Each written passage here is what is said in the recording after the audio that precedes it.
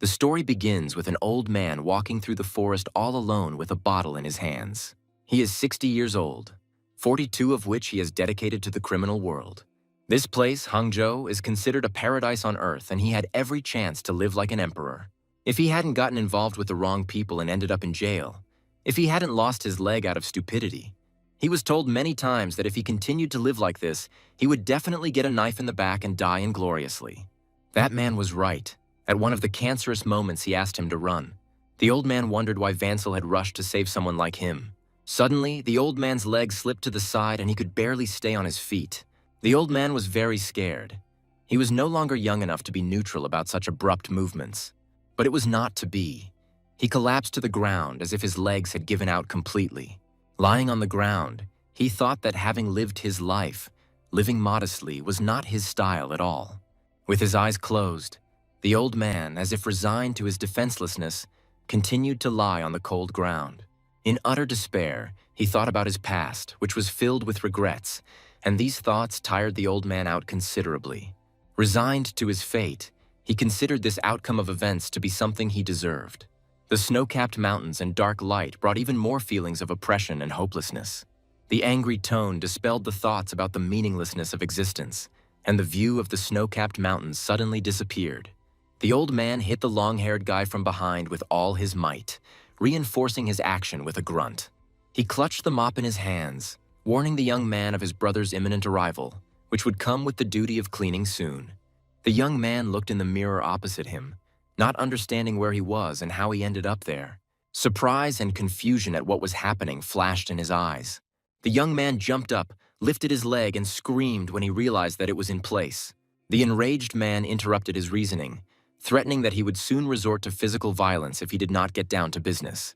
The old man, in the guise of a young man, joyfully cried out the name of Cho Pyondo, which belonged to the rogue from Manhwa Street. Looking in the mirror, he noticed the youth of his new reflection.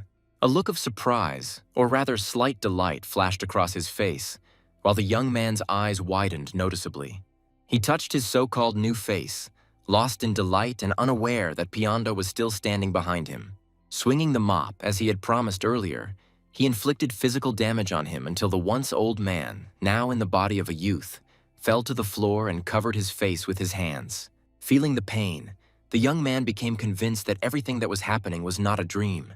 Suddenly, the office in Manhwa appeared. The facade of a traditional East Asian building with a multi-tiered roof and decorative sign rising against the clear sky. A raven flew against the background of a red moon, a symbol of the Hayukdo organization. Shrouded in darkness, with sparks in their eyes, the two men stood tall in the shadows, clutching their weapons in their fists, thus expressing the danger that emanated from the Hayukdo representatives. Now, on the contrary, they were embarrassed, downplaying their achievements to that of ordinary swindlers. Tondel knelt as the evil figure of Cho Pyondo towered over him. 3 beautiful girls in elegant kimonos crowded around the office. The young man exclaimed, expressing both thoughtfulness and surprise. It finally dawned on him that he had returned to his youth, namely, to his 18 years. Brother Van Schiel entered the room, expressing surprise at the picture that appeared before his eyes. The youth jumped up briskly, embracing the elder. He placed his palm on his chest, as if pointing at himself and confirming that he was that same Tondel.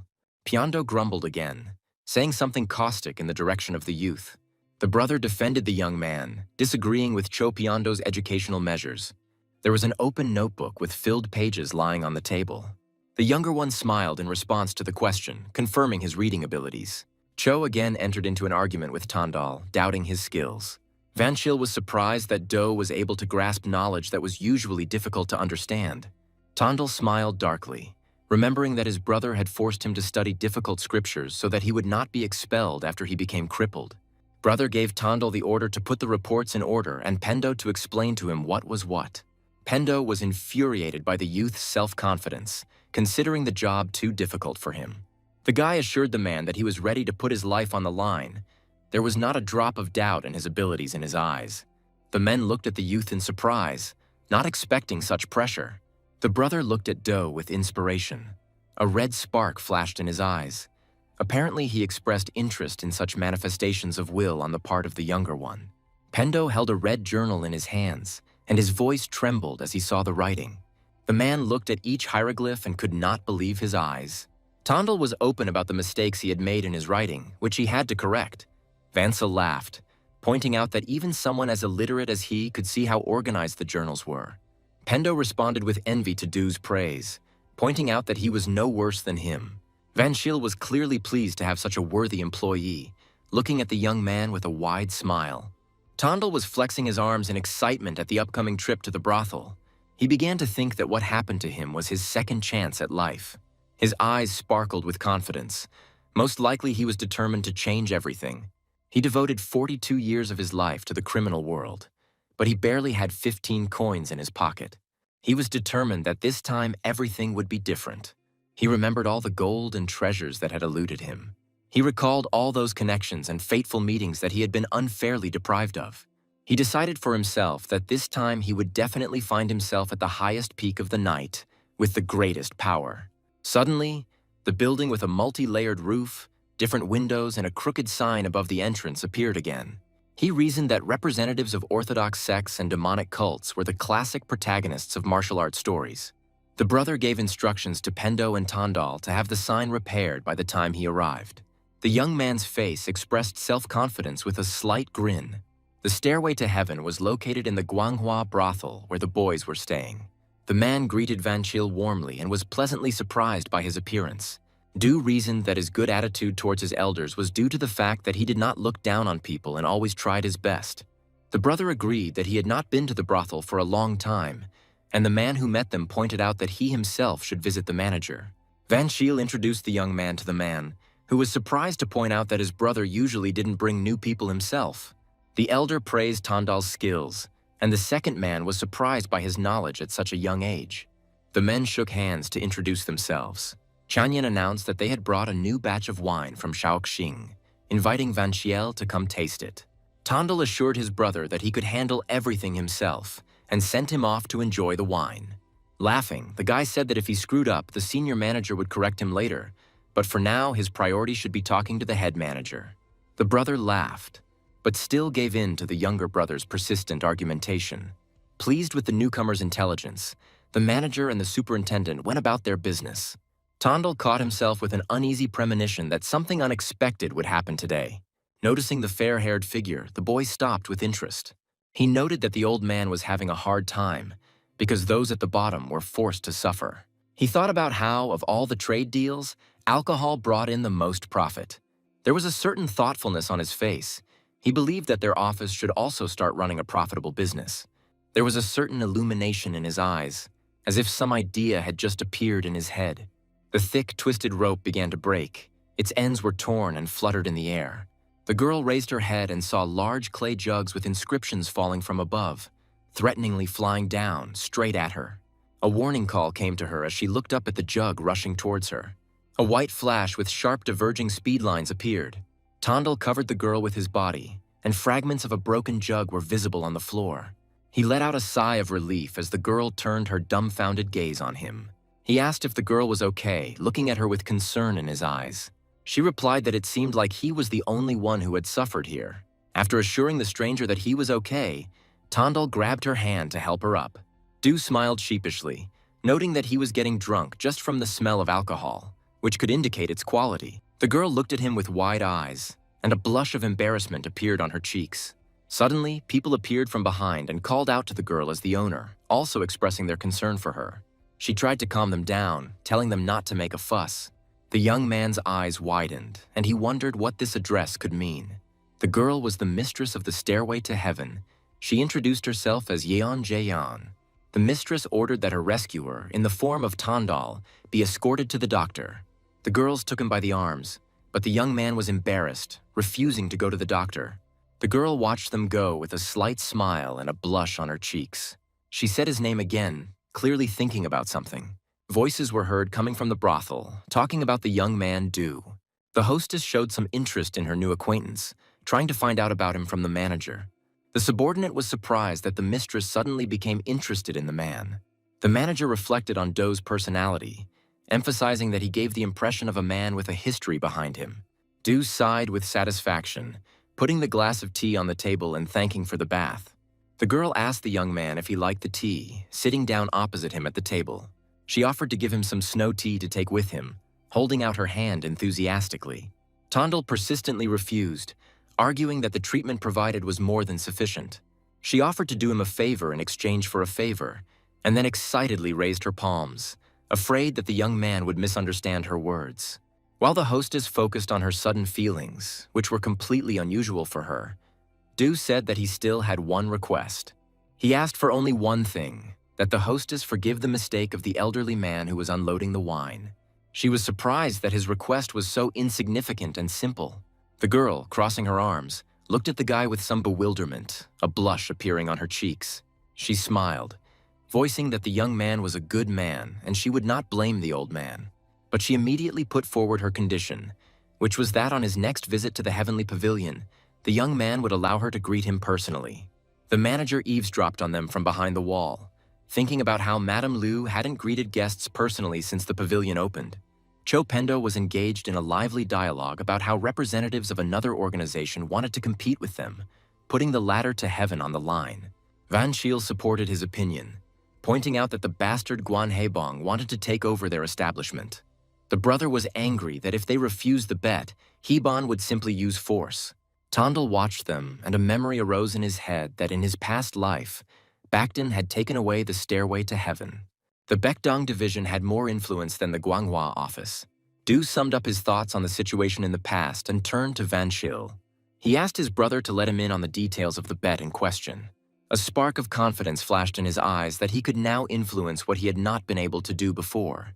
The leader of the Baekdong division, Guan Hebong, was the son-in-law of the clan leader and the very embodiment of greed. It was because of him that the Guanghua office lost a ton of profits in the past.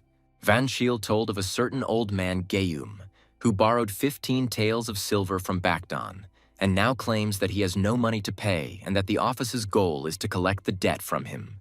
Confused and somewhat dissatisfied, Pendo and Tondal stared at Vansel. The brother was clearly angry that the guys from Baekdon decided to shift their affairs onto them. Tondal pointed out that Baekdon themselves were incompetent if they couldn't collect some 15 taels. Du began to get dressed in order to go to that very debtor, old man Guillaume. Wanshil tried to dissuade him, but Du convinced him that Hebong was using the wrong approach. Both men looked towards the young man, clearly taken aback by his confidence. Du showed a snow-white smile, reinforcing his confidence in success. Pendo began to grumble at Vansel for entrusting a serious matter to some newbie youth. Pendo bared his teeth, not wanting to understand Vansel. Du, with his actions and fearlessness, seemed to give confidence not only to himself, but also to Chi. Suddenly, against the background of green foliage of the trees, a wooden house with a fence around it appeared. With a hint of mockery, Chairman Baekdon said he was looking forward to demonstrating his success in extortion skills.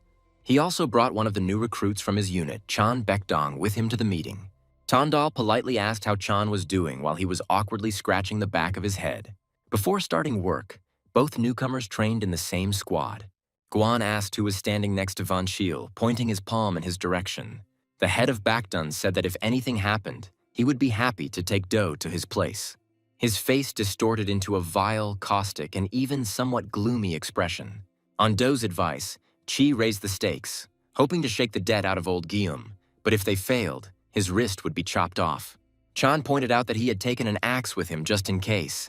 Guan, with a wicked expression, hinted that it was time for them to move on to fundraising. Vansel's eyes expressed fear.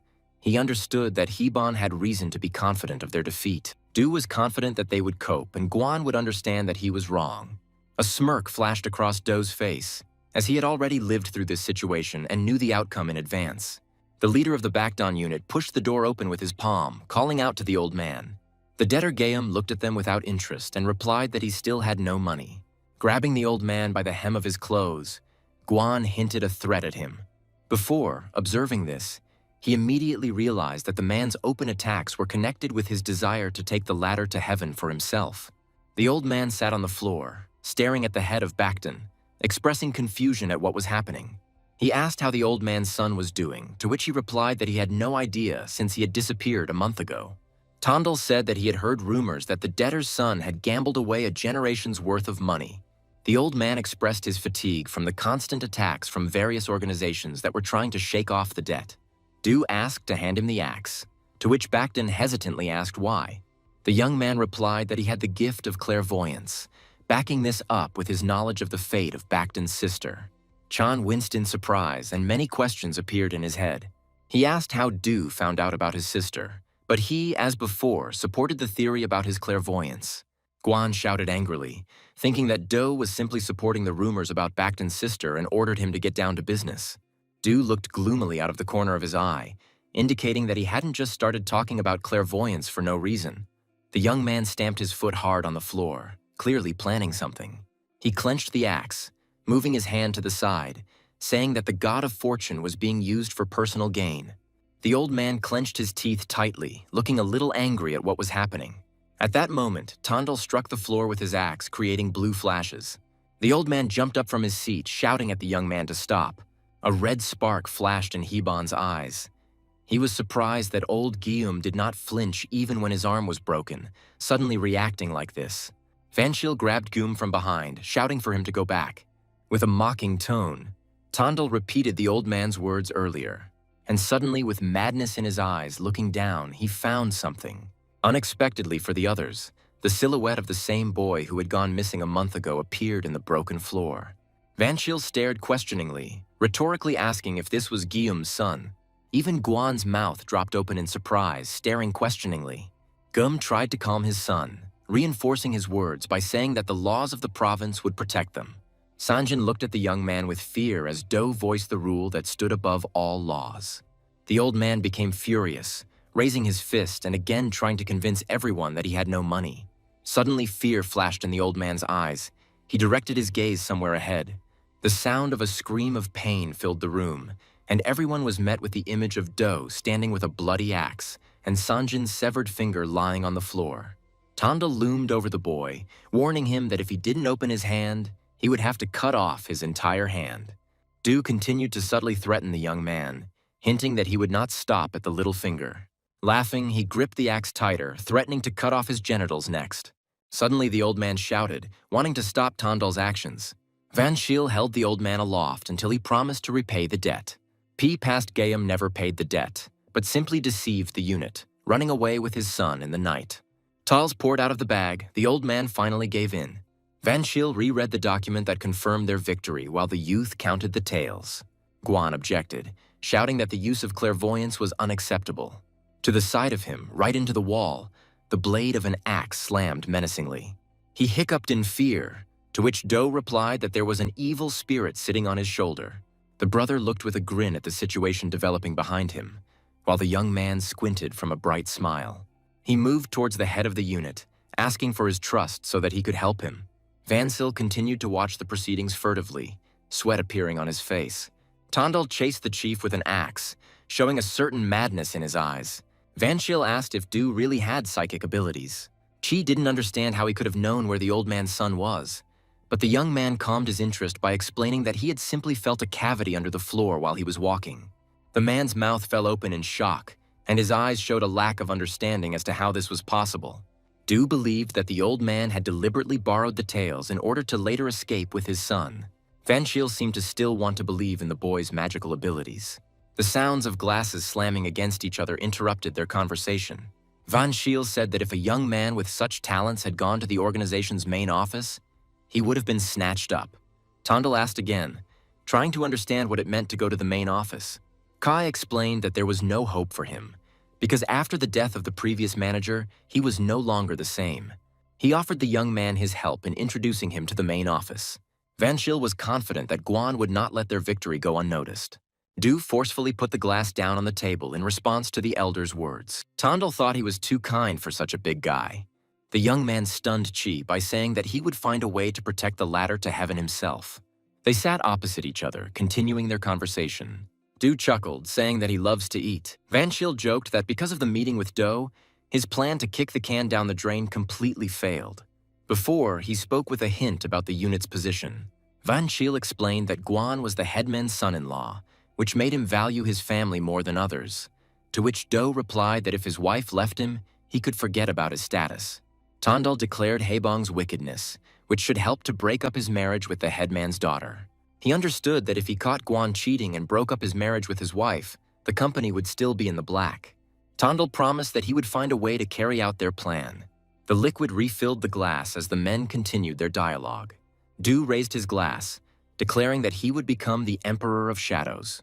Guan shouted and ordered that all the girls from the stairway to heaven, all the courtesans be recalled, and that the alcohol be taken away. The man explained that if this were to happen, they would face huge fines for breach of contract. Deputy Leader Cho Jinho finally appreciated the seriousness of the order and accepted it. However, his eyes showed hatred towards the leader's son-in-law because Guan's place could have belonged to him. Jinho explained that it would take 20 days and he wasn't sure it was worth it, which angered Hebong again.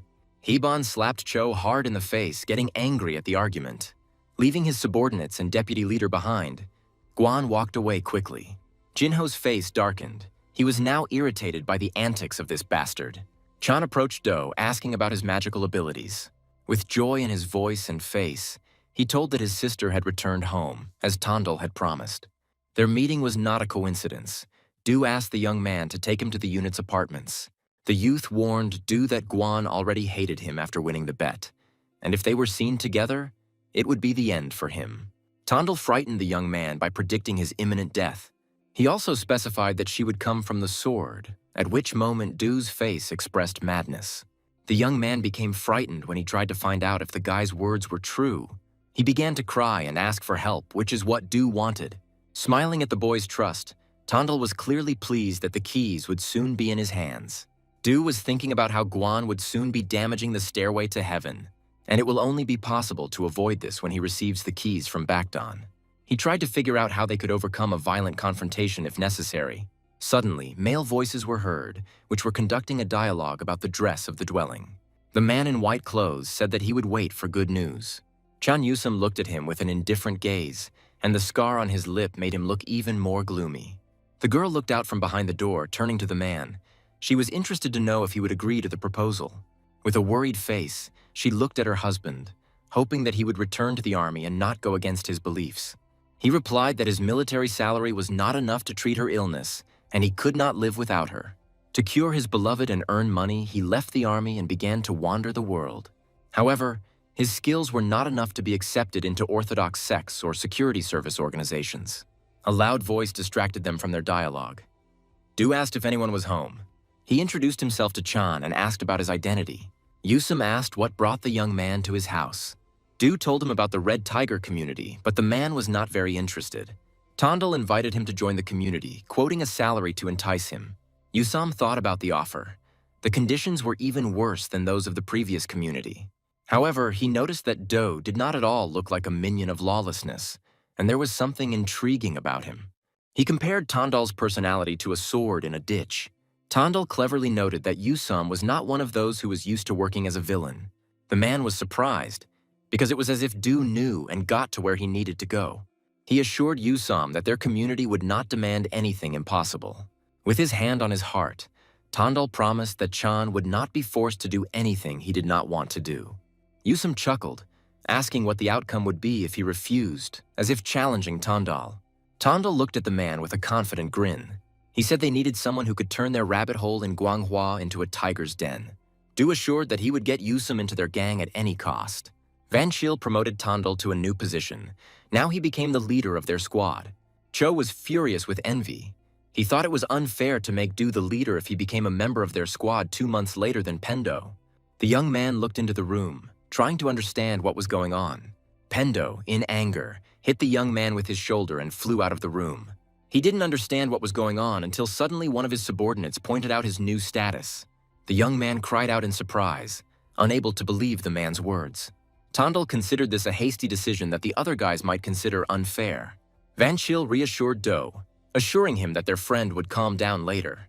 The young man asked where their new one was, into which he had invested 5 tiles. Vansel's eyes turned towards the guest who had disturbed the peace of their community.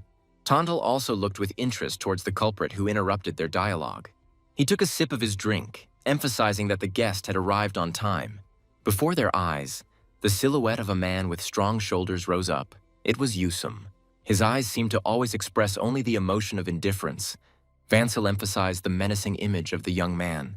Yusum explained his lateness, as he needed to think about his decision. Pulling out a pile of teals, The man explained that he had come to return them. He ignored Do's question, saying he had a condition. His condition seemed strange to the guys. They had to last 10 seconds of sparring against him, and then he would accept the offer. Van Shiel asked why such a proposal had suddenly been made. He voiced another strange condition, but this time personally to the squad leader. Tondal was surprised by the challenge that Yusum put forward to him. He suggested meeting within 3 days at Rat Hour. Having finished speaking with the men, Yusum turned around and quickly left the community. Van Shiel asked where Do had found this guy, to which he bragged about his connections. Key said that it would be great if Yusomi agreed to join their squad. He doubted Do's powers and, on the contrary, exalted Yusomi's capabilities, considering him stronger than Kobep, the expert of the Red Tiger community. Tondal smiled and said that even 10 Kobeps would not be a match for the young man. Yusomi's silhouette moved further and further away from the community of boys. She continued to wonder who would win between the boys. Do chuckled at his question, replying that in fact he didn't know how to fight. Yusomi thanked the squad members who had arrived and were rushing towards him. Also present were members of the Sea-Wave community, one of them Gun So-san. The second was Wan Tai-hyun, the leader of the community's division, who voiced confidence in his ability to fight Yusum. The young man thrust his weapon forward in front of his opponents, causing a dubious reaction from those present. Taehyung bared his teeth in response to the boy's weapon, making a sarcastic joke that confirmed his self-confidence. Yusum looked at the man with indifference, who continued his sarcasm as he drew his sword. He merely commented that the unit leader was free to use any weapon. Taehyung was serious. He was ready to cut off his opponent's arm if necessary. The head of the department still didn't get down to business, but just kept wagging his tongue. Tondal intervened, hinting that it was time to stop dragging things out. They began exchanging insults with each other, and it was a clear provocation on Do's part. Subordinate to the Sea Waves, he closed his eyes in a grin, already wanting to join the argument. The youth approached Do, offering him a bet if the leader won. Tondal put 5 teals on the line, confident that the leader would not be able to win. I dared him to challenge me, thinking that he was simply afraid. He was only advised not to regret his words later. Taehyung didn't even think about stopping his barbs. His self-confidence was going over the edge. Swinging his sword, his face contorted with anger and tension. Yunsum didn't even flinch, casting his usual indifferent and gloomy look towards the man. Taehyung suddenly leaned back, and a golden glow from the weapon appeared in the area. The unit leader hunched over, clenched his jaw and widened his eyes. Yunsum easily parried his blow with a regular stick, which Taehyung clearly didn't expect after his taunts. This time it was Chun who mocked, finally announcing his honest victory. The man became even more enraged, his face distorted into a vile grimace. Unwilling to admit defeat, the leader began swinging his sword again without arousing any interest in the boy. His face darkened and he raised his stick in warning if Taehyung decided to continue. Suddenly, the elder fell to his knees in front of Yunsum, apparently in despair. He admitted defeat, bowing his head before the young man. The leader's subordinate kept his surprise only in his head, but the fact that he was amazed could not be denied. Tonald began to stretch his shoulders, hinting at his turn. A member of the Sea-Wave community clarified what would happen if Do was defeated. Tonald expressed understanding, his face showing no concern. Do said that he would also have his own request, and Yunsum accepted it. The young man's request stunned everyone. His desire was to use a real sword instead of a wooden one. He clutched the blade to his hand, a look of calm on his face. Chun accepted the condition, saying that he would gladly become Do's opponent. He pulled out a sword that emitted a glow and white smoke. The Sea-Wave boy silently admired Yunsum's power. Yunsum stood up as if warning of an attack. His eyes were shining with excitement, and the outline of a swing formed around his silhouette. Taehyung's mouth dropped open in surprise, his face showing amazement. His subordinate also froze in surprise, closing his eyes. Chun's lips spread into a grin. He was clearly pleased with something. Tondal parried Jumpson's shot, which surprisingly on the contrary pleased the man as if he had been expecting it. In the dark night, the only sources of light were the stars in the dark blue sky and a torch driven into a wooden structure. Do jumped back with the dagger in his hand, his face showing the tension of the moment. Suddenly something different flashed in his eyes, as if Do remembered or realized something. In his memoirs, he served a sentence of especially dangerous service in the army for serious crimes. He was an army dog with criminal status. Conscription was applied to those who had nothing to lose even in death, which was Do. Tondal spent 3 years wandering a battlefield more dangerous and terrifying than hell itself. Among the guilty soldiers, only he was able to hold out for more than a year, or even 3. The young man continued the fight, running towards his opponent. This time, Chun parried the opponent's blow, which turned out to be unexpected. He expected the fight to last only 10 seconds, but no more. Tondal thanked his opponent for the sparring, bowing slightly. Chunya's face expressed bewilderment. He looked at his opponent without looking away. He himself did not expect that the fight would last so long. Chun confirmed that this duel had tempered his arrogance. Suddenly, the head of the department's subordinate turned to Do. He didn't understand how Tondal, at only 18 years old, was already working for the entire Red Tiger community. Therefore, he decided to lure him into his community by offering him a higher position. Before, the young man was offered the position of deputy manager under his responsibility. The Sea-Wave member froze in anticipation, hoping for a positive answer. In the end, Tondal chose to refuse because it was not in his principles to be elected, but not to choose. The kid said that Du would still regret his decision, crying out in despair, to which he chuckled, casting doubt on what was said. Tondal extended his hand, remembering the bet and his winnings. He smiled broadly, frozen in anticipation for the young man to give him the 5 taels. Du thought that Chan's presence in their community was a great blessing. In his memoirs, Tondal served as a suicide bomber on the battlefield, as a result of which he lost his leg. And once he became useless as a fighter, the army mercifully forgave his sins and let him go. And then he returned to Hangzhou empty-handed, facing people's disapproving looks. 3 years of service threw him to the side of life, although he was talented, but he was broken. However, in this life he will do everything to make it different. He thought that for now, his head would be more useful to him than his fighter's body. Black clothes and a mask hid his face as his fingers rested on a certain box. He was in Heban's office, having passed through with ease thanks to the keys he had received from Chan. His gaze fell on the magazines, wanting to look at them to assess the scale of the problem. Bringing the notebook closer to his face, he stared at the writing. He came to the conclusion that it would take years to copy all of this. Suddenly, Tondal tensed up as he heard someone enter the room. It was an enraged boss who was angry that his subordinates had not fixed the doors. Clenching his fists in anger, he walked inside, frightened. Du hid, clutching the box to his chest and not understanding why the owner of the room decided to visit her at such a late hour. A stranger asked Guan how long it would take, to which he replied that Tondal was here. Du watched what was happening from around the corner, hoping that they would leave soon. Having assessed the girl's voice, Tondal realized that this was not Guan's wife, but apparently a courtesan. Guan laughed maliciously, taking out the magazine and saying that Elder Han had been caught. I started thinking about what might be in the so-called revealing book. Elder Han is the second most influential person in the Red Tiger community after the leader. A loud sound attracted Guan's attention and he turned towards it.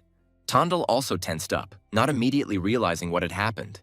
The courtesan broke the porcelain and began to whine like a child, pretending not to know how to clean up. Du pressed his back against the wooden wall, clutching his notebooks to his chest. The girl started bleeding and Guan went to look for a change of clothes. He tensed up because the leader headed exactly to where the young man was now. He faded, pressing himself to the floor and losing all hope of salvation. He clutched the box tightly in his fist, pressing it even closer to himself. Suddenly, the girl screamed, declaring that she had to be taken to the doctor. Guan Hebong told the courtesan that she needed to be changed first, but the girl screamed that she was dying of pain and asked for help quickly, and the chief could not understand where her feminine patience was. Du Tondal laughed and collapsed to the floor in relief, as he had just almost gotten caught. The wardrobe doors were still closed. The new employee concentrated and realized that he had become relaxed due to his knowledge of the future. He realized that from now on he should act more carefully. The guy was approaching the stairway to heaven because he had collected a lot of important information. Over a cup of tea, Tondal told the hostess that he had found out where the courtesans lived, and in order to prevent them from leaving, it was necessary to register them with the company. Then the guy added that this would be expensive. While the hostess was drinking tea, the guy explained that in the long run the money would pay for itself, but the problem was that it was urgently needed right now. Yan Jae-yan began to ask if she had misheard what the guy said. The hostess asked him with a smile what brought him here. Before Tondal, he only asked her to borrow money. The guy sent his pride to hell. Yeon Jae-yeon questioned the sudden request to borrow money and added with a question that it was all about the conflict with the Baekdong branch. Tondal was not at all surprised and admitted that she was right, because, as expected from the hostess, she knew a lot. The owner added that she had heard about the Baekdon branch, and she knew that they took their girls from Stairway to Heaven. The guy agreed with her and added that he was thinking of transferring them all to the company, from moving to caring for the courtesans. He added that he wanted to help the owner keep the girls. Looking at Yan Jae-yan, the guy promised that there would be no problems with this matter. The hostess thought that Tandal was a strange person. She kept thinking that it all sounded like a common scam, but the confidence in his eyes involuntarily made her trust him. Placing her finger on the table, the girl confidently said that his words seemed trustworthy.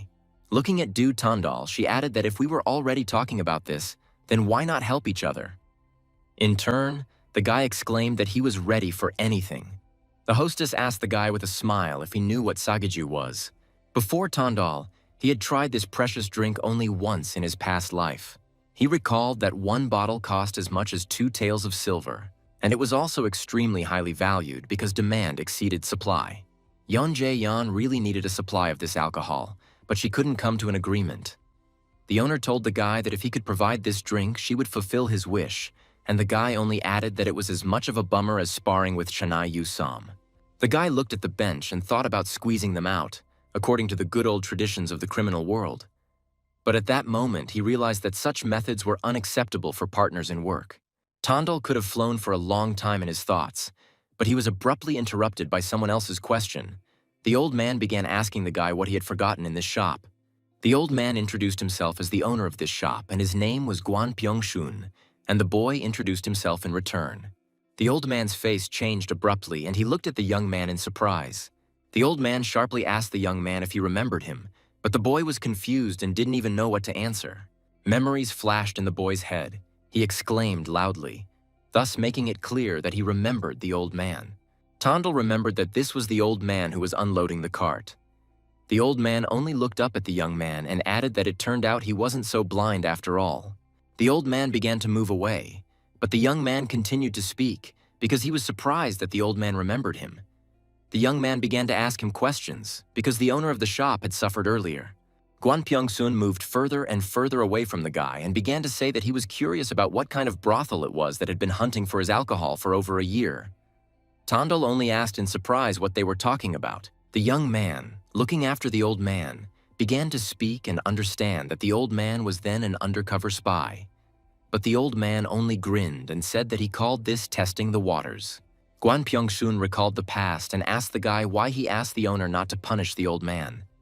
At that moment, Tongdal was stunned. He tried to ask how the owner of the shop knew everything, but he only interrupted him. Gwan Pyong-sun sternly ordered him to answer his question, not allowing the young man to get a word in edgewise. The guy hesitated and couldn't say anything. He only added that there was no special reason, that he just asked. At that moment, the old man asked him again if it was really for nothing. Tandal hesitated, threw his hand behind his head, because he absolutely did not know what to answer him, not to say that he saw in him his old, helpless self. In the end, he confidently answered that what business did the noble old man have at all, and why was he interrogating him? Turning around, the owner told Tandal that he was too nice to be a bandit, but the young man didn't like it. He considered such words disgusting. Gwan Pyong-shun asked the young man how old he looked to him, and the young man reluctantly suggested that he was about 70. The old man did not like the young man's answer. He noted that the guy was not very tactful, and that he could have subtracted at least 10 years. Tandal responded to all this only by saying that he was a bandit, and they are usually not polite. Gwan Pyong-shun again pointed out that the young man did not look like an ordinary bandit, but the young man always stood his ground and confidently replied that a fact is a fact. At that moment, Do Tandal realized that he had been talked into a conversation and asked what the purpose of this exchange of pleasantries was. And the old man, in turn, gave wise words, because there is nothing better than conversation to build a strong friendship. Gwan Pyong-shun asked without any emotion when the guy needed sagaju. The young man was very surprised by this question. His expression immediately changed, and he asked the shop owner again. Placing his hand on the jug, Gwan replied that the mistress of the Stairway to Heaven had told him everything and asked him to clarify the date of the sagaju deliveries. Tandal stopped the old man irritably and began to find out from him that the owner knew who the owner of the liquor store was. But the old man only turned to the guy and gave a positive answer to his question, adding that they had already agreed on deliveries. The young man grinned with relief and thoughts raced through his head about how this would be a difficult mission. But everything was already being served to him on a silver platter. In the background, a building resembling a staircase to heaven could be seen, and someone's thoughts could be heard about the fact that there were deceivers all around. Van Shiel stood in shock and explained to the young man that not only had he received money for transporting the courtesans, but he had also been provided with supplies of sagiju, to all of which the young man only gave a positive answer. The guy stood at the threshold in front of 3 men. Van Shiel added that the young man had even managed to recruit the hero Chan. Tondal again gave a positive answer, but indignantly asked how many more times he needed to say this. Van Shiel couldn't believe his ears and couldn't understand how he managed to solve all these problems in 3 days. Cho Biondo reminded that Sagaju was a real jackpot and hoped that it would not turn out to be empty bravado. Van Shiel hit Biondo for such words and ordered him not to show off, because such a lie would quickly be exposed. The man reminded him that he had ordered him to treat the leader with respect. The young man turned around and said as he left that he needed to go away, as he planned to handle the rest of his business that night. Vansel the fox asked him where he was going. Tondal turned around and reminded him that there was one unfinished business left. But the man did not understand what business he was talking about. The young man said with a grin that since they had caught the tiger, they needed to make friends with it. It was already dark and quiet outside. At another fork in the road, a girl was walking with her hand pressed to her chest. Tondal stopped and with a gentle smile asked where she was rushing off to in the night. But the girl only looked at him exclaimingly. The young man noted that this was Lady Song, and if she suddenly disappeared without a trace, then Master Chan would be worried. The boy's memories flashed, because in his past life, as soon as Chan Yusum joined the criminal world, Lady Song left him. She believed that he gave up his dream because of her and ran away, which is why Yusum later became Yaksha. The lady merely replied that he would be better off without her. Sun looked at the young man and told him that he was ready to turn to crime because of her illness. She was sure that in order for him to move on, she needed to disappear. The girl continued that at first it would not be easy for him, but he was strong. He could overcome everything. Closing his eyes, the young man admitted that the girl had a pure heart, and a bandit like him would probably never understand this. Relieved, Tondal wanted to take a step forward, but the girl's question about his bullying became a stopper, to which the young man only replied that he was just being straightforward. Looking into the eyes of Lady Song, she asked the young man the question of whether it was worth giving up a person or a dream. Continuing, she added a question about what he thought hurt more.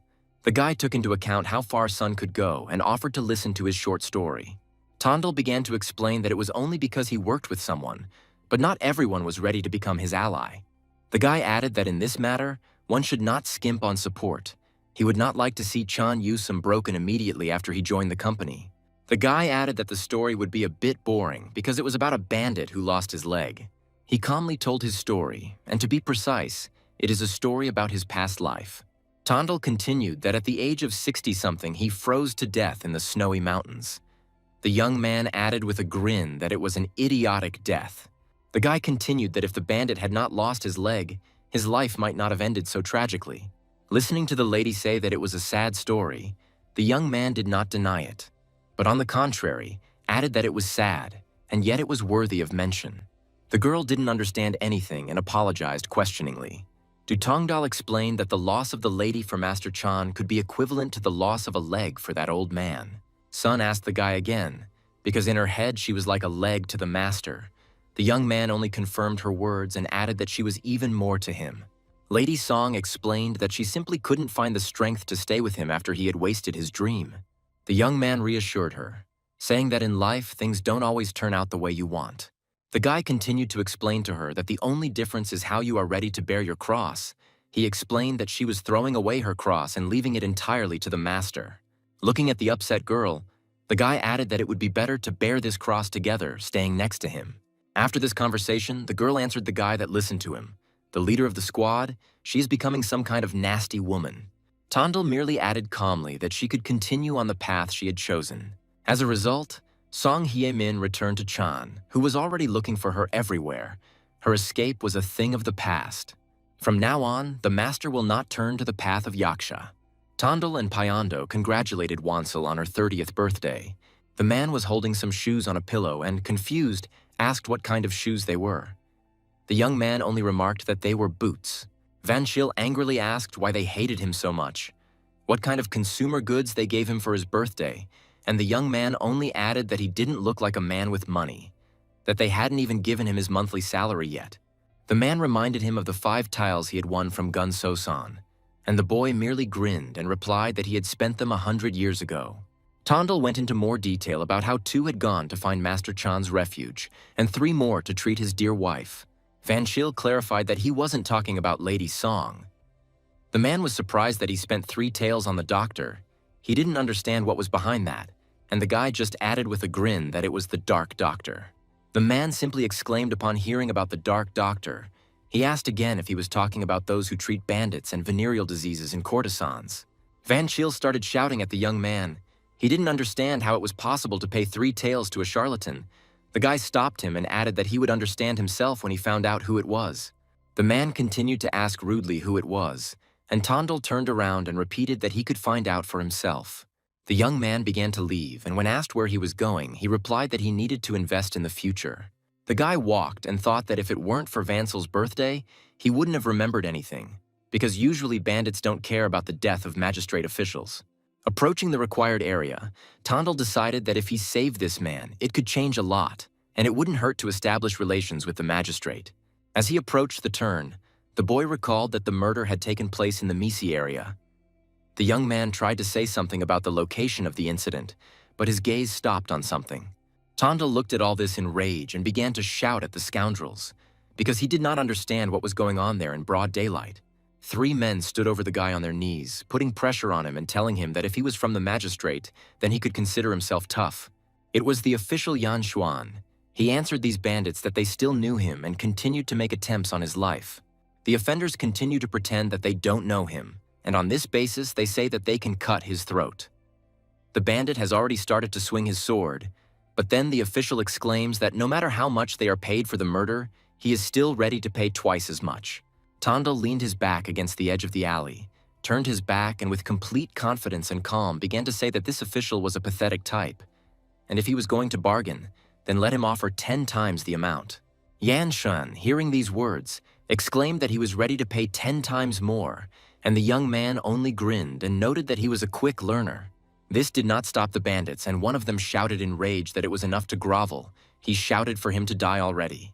At the last moment, Tondal shouted for everyone to stop, and this saved the poor official from death.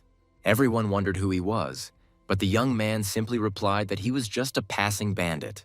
With a stern look, the guy began to say that these bandits had nothing to do with the Red Tiger community, and that it was not right to commit outrages on their territory. The bandits laughed. Who could stop them anyway, especially this funny guy? Tondal told them with complete confidence that he would only let it go this once. He snorted at them and said that he didn't even want to dirty his blade on them. The bandit leader tried to ask something again, but didn't have time because he immediately received a solid punch to the face. Tondal's blow was so powerful that the offender was instantly blown to the side. Looking at the stunned faces of the other participants, the young man menacingly noted that he was not Chanslavi in his prime.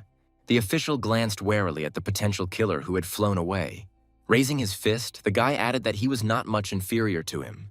At that very second, everyone turned around at the strange sound. The blade went into battle, but its plans took a different turn.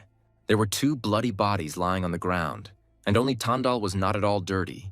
He approached the official without any fear and asked if he was hurt. Yan Xuan responded with relief that only his pride had been hurt. The young man chuckled and added that he was lucky he hadn't gotten into a big fight. The official asked the young man if he knew him and received a positive answer. Xuan began to suspect the guy. It seemed to him that he was behind all this in order to make friends with the support of the new magistrate official.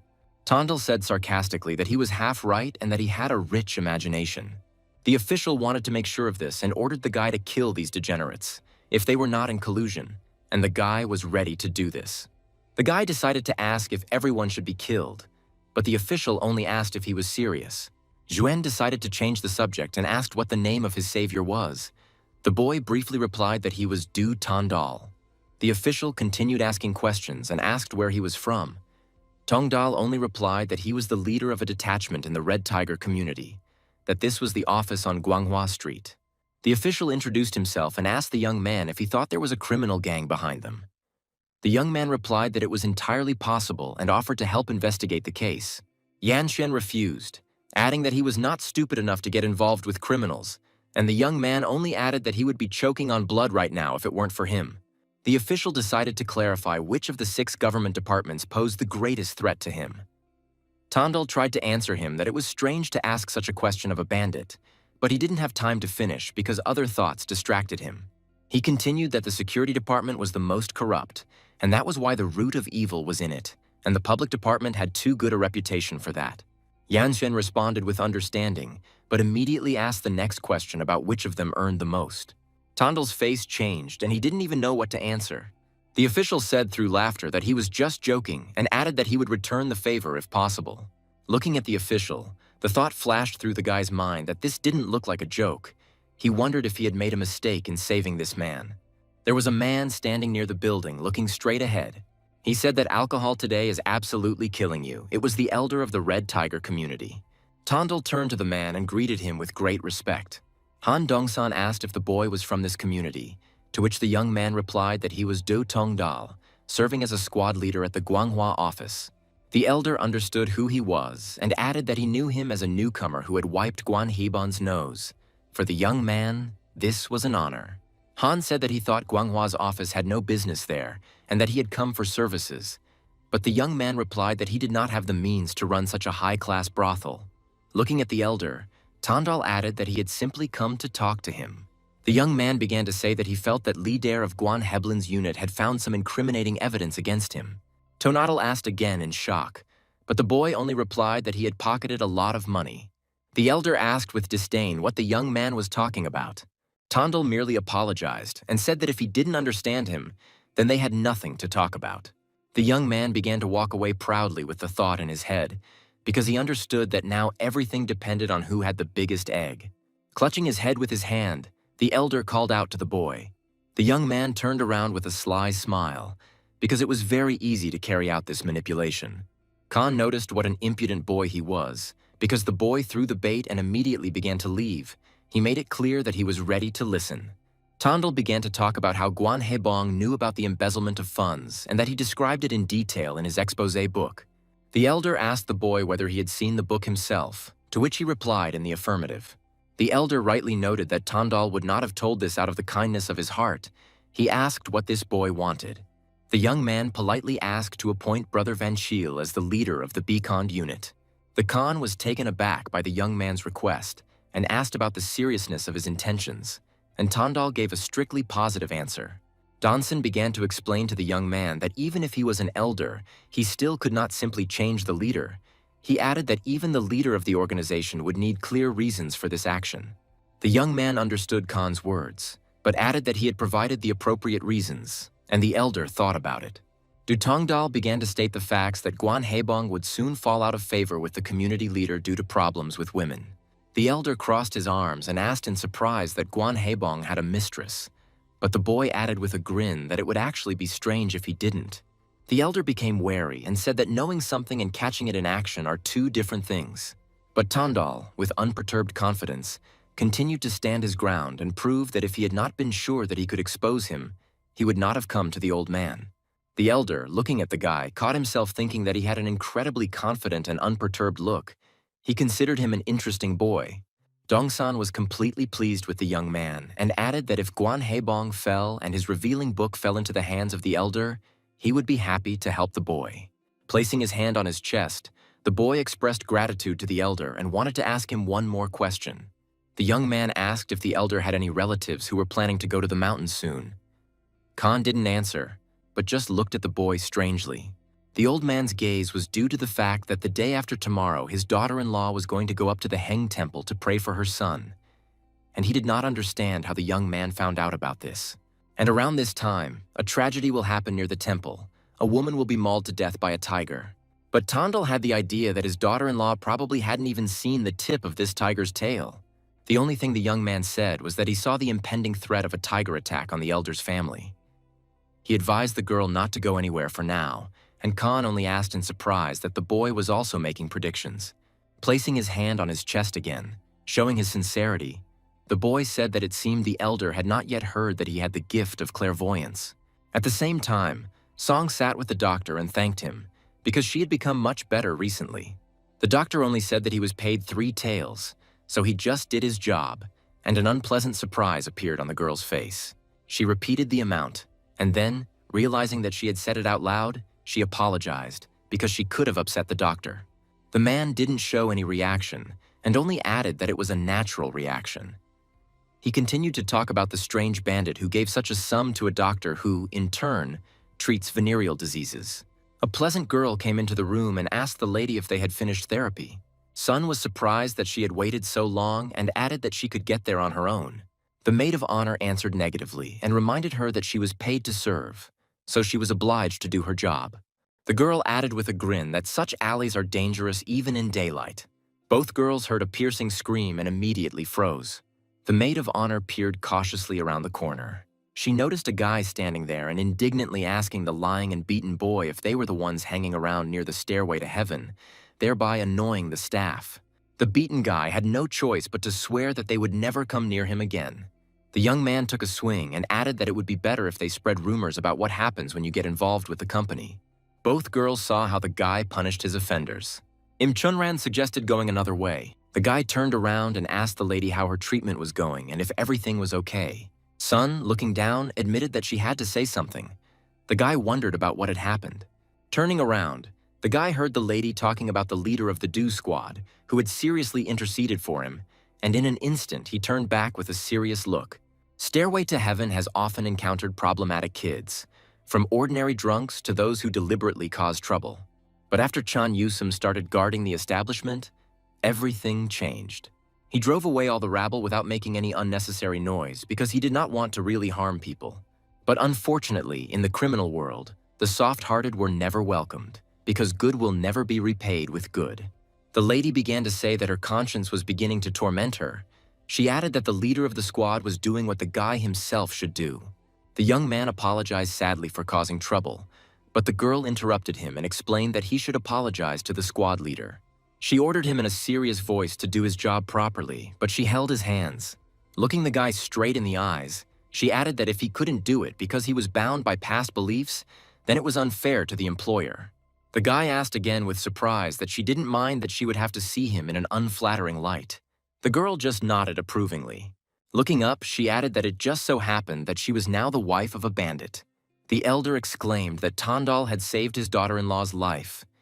He could not understand how he had not immediately recognized such a benefactor. The young man objected with relief, but was glad that he had been of use. In his thoughts, it sounded like all his expectations had come true. The tiger had attacked again in the vicinity of the temple that the elder's daughter-in-law was about to visit. Khan looked at the guy and couldn't understand how he could predict his daughter-in-law's accident while talking to her father-in-law, because such a clairvoyant should never be missed. Du asked the elder whether he now believed him or not, and the elder answered without a doubt that now he would do anything, whatever he said. While the boy was taking out his blade, the man asked when the boy was going to hit Guan Hebum's reputation. He asked if it was this week. The guy suddenly thrust the blade into the table, which stunned the man. Leaving the blade stuck in, he added that he would do it today. In the background, the bacon division of the Red Tiger community could be seen. Guan Hebong sat at the table and, loudly banging on the table, told the servants that he had offered 100 coppers, but still no one wanted to go. The boy merely repeated his words, that no one wanted to get hurt for his fee of 100 coppers. Even the master no longer gave offenders a break. Guan shouted angrily that this was Du's doing. The man's expression suddenly changed and he fell silent because he had a new plan. He suggested the idea of using a ghost shadow, and the servants only agreed and said that they would look for him. The Phantom Shadow was the name of a skilled assassin from Hangzhou. He set the price for the murder himself, depending on the complexity of the order. But for Tandal's head, he demanded 6 taels of silver. Heban added that he was charging a lot, but the guy only said that it was still cheap, considering the killer's position. The boy continued to insist that if they did nothing about Tandal, then next time he would deprive them of their profitable gambling house. Upon hearing this, Gun only shouted that he should only dare. The servant carefully added that his skills should not be underestimated, and that the opportunity should be taken to deal with him. Guan ordered silence. The man stood up and turned around, saying to give the ghostly shadow in advance, and at the end he added that today it was absolutely necessary to console himself with Sol Yang. The man was about to leave, but a voice from behind stopped him, saying that his wife hadn't been herself lately and advised the leader to refrain from having relations with women. The leader simply responded that he wasn't such a fool as to get caught cheating. The boy said that only blockheads always have things go wrong. In the background, there was a building where the leader and the girl were located. The lover sweetly asked if they could see each other so often. Guan only aggressively told her to shut up because today he wanted to properly relax. The lovers heard a loud sound behind them. It was the leader's wife. He turned around and asked what was going on, but in response, he only heard his name. His wife watched everything that was happening and added that he had finally shown himself. The man wanted to smooth things over and tried to calm his wife down, but he himself stuttered. The leader's overthrow went like clockwork, with him kneeling before his wife. He was caught with a former courtesan and was beaten by his own wife and thrown out of the Red Tiger community in disgrace. Of course, the one who passed on the information to the inconsolable wife was the young man. The enraged former leader was sure that this was the work of Do Tandal. Holding onto the wall, the man recalled how long he and his wife had lived together. He was sure that they still had feelings. He thought that if he begged her, he could return to the organization. He was preparing to deal with the young man soon with the help of a ghostly shadow. He was sure that everything would work out. Someone called out to the man. The guy said that the retired unit leader is not a Red Tiger at all. The former leader's view has changed. He turned around and angrily asked who he was, that he had the right to call him by his name. The boy didn't say anything, and with just a sharp movement of his hand, he chopped off the head of the former leader. The guy pretended that nothing had happened and asked again what he had just been told. But his head, lying separately, could no longer answer him. The guy who turned around only said that his life was worth only one tael of silver. Tandal thanked Quan for her cooperation and received thanks in return. Quan, having received 6 taels from Guan Hebon, did not complete his task, and at the same time, he completed the task for the man himself. Tandal extended his hand and Quan gave him the silver. The guy added that he gives Du 2 taels from those 5. To which Du reminded him of the existence of his conscience. After Guan's overthrow, the unit's leader was replaced as planned. A servant stood in the hall, bowing his head, and a wise man loudly announced that he welcomed the new leader of the unit. The new leader of the unit was Vansil Chi. The new leader turned to his deputy and asked him to step away for a minute. The men left the hall. The leader began to apologize to his subordinate because he believed that he had taken a place that rightfully did not belong to him. The subordinate did not hold a grudge against him and only asked him to promise that he would then simply hand over the position to his subordinate. The leader was surprised by such an answer. With a grin, the boy added that he would get this post as soon as the leader got to headquarters, because he believed that this was not the leader's last goal. The man modestly replied that even the position of leader was too much for him, to be honest. But the assistant only laughed at all this and added that the squad leader had a different opinion. The subordinate expressed his thoughts that the squad leader would not allow him to remain in place, to which Chi replied that he most likely agreed with this. The guy added that the squad leader came to him a couple of days ago and Vansil began asking why he came. The subordinates confidently replied that Tandal had only come to check on Bacton's affairs and take care of him. Vansil was only indignant that this little fellow couldn't sit still. The guy added that he is confident that Du will definitely not remain in the position of unit leader. The new leader stood up from the table, hearing that he would have to give up the idea of living a long and modest life, because the guy was hinting that he would soon become the leader of the squad. Chi only asked if he would go with him. The subordinate slyly added that everything depended on the actions of the new leader, and he just laughed at it. Tandal stood in front of the entrance to the building and said that he had already taken the first step. The young man added that this was just the beginning for the division, and he explained in business terms that the seeds of money had already been planted. The guy had a lot of ideas, and he thought that within the next 2 years he was going to completely subjugate the Red Tiger community. The young man didn't have time to finish the thoughts in his head when he was immediately called out. Du turned around and saw several guys. They asked if he was Du Tandal. The leader only answered positively. One of the 3 asked if this was the new guy that the unit leader had brought in. After these words, the guys laughed and started teasing the leader. The leader thrust a broom into the young man's hands with an order to support him.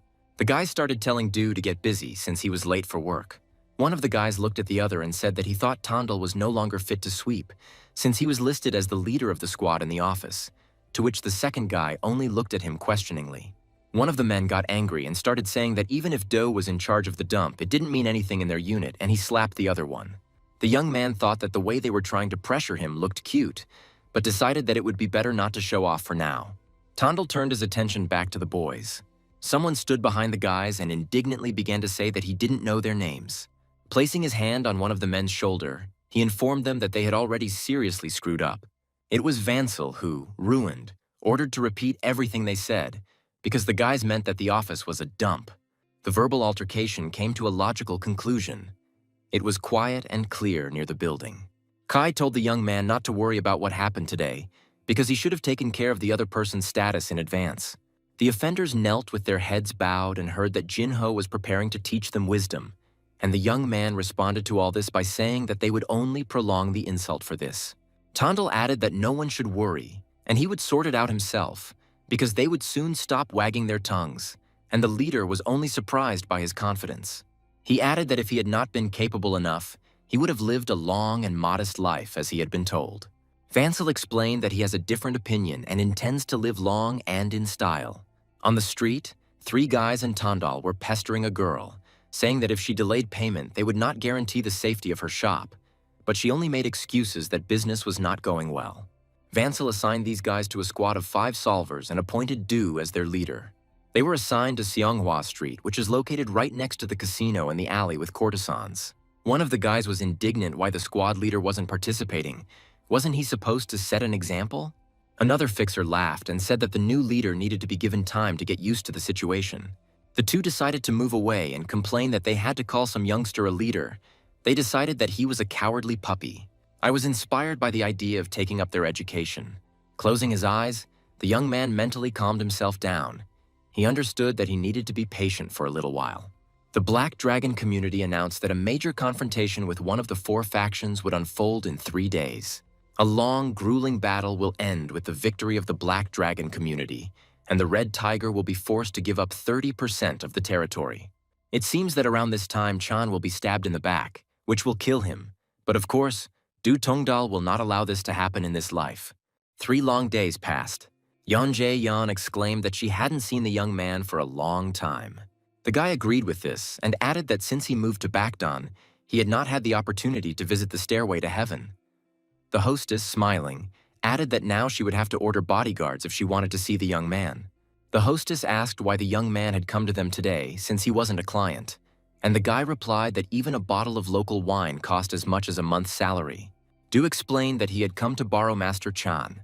The master immediately asked if he could take a weapon with him, and the young man joked that a stick would be enough for the master. While the master was holding the weapon, the young man decided to ask if he was limiting himself in his methods, and the master proudly replied that he was already a full-fledged member of the criminal group.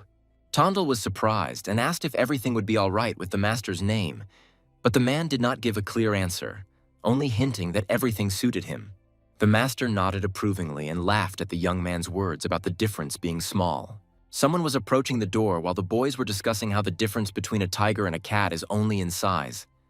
But sometimes a small difference can be very big.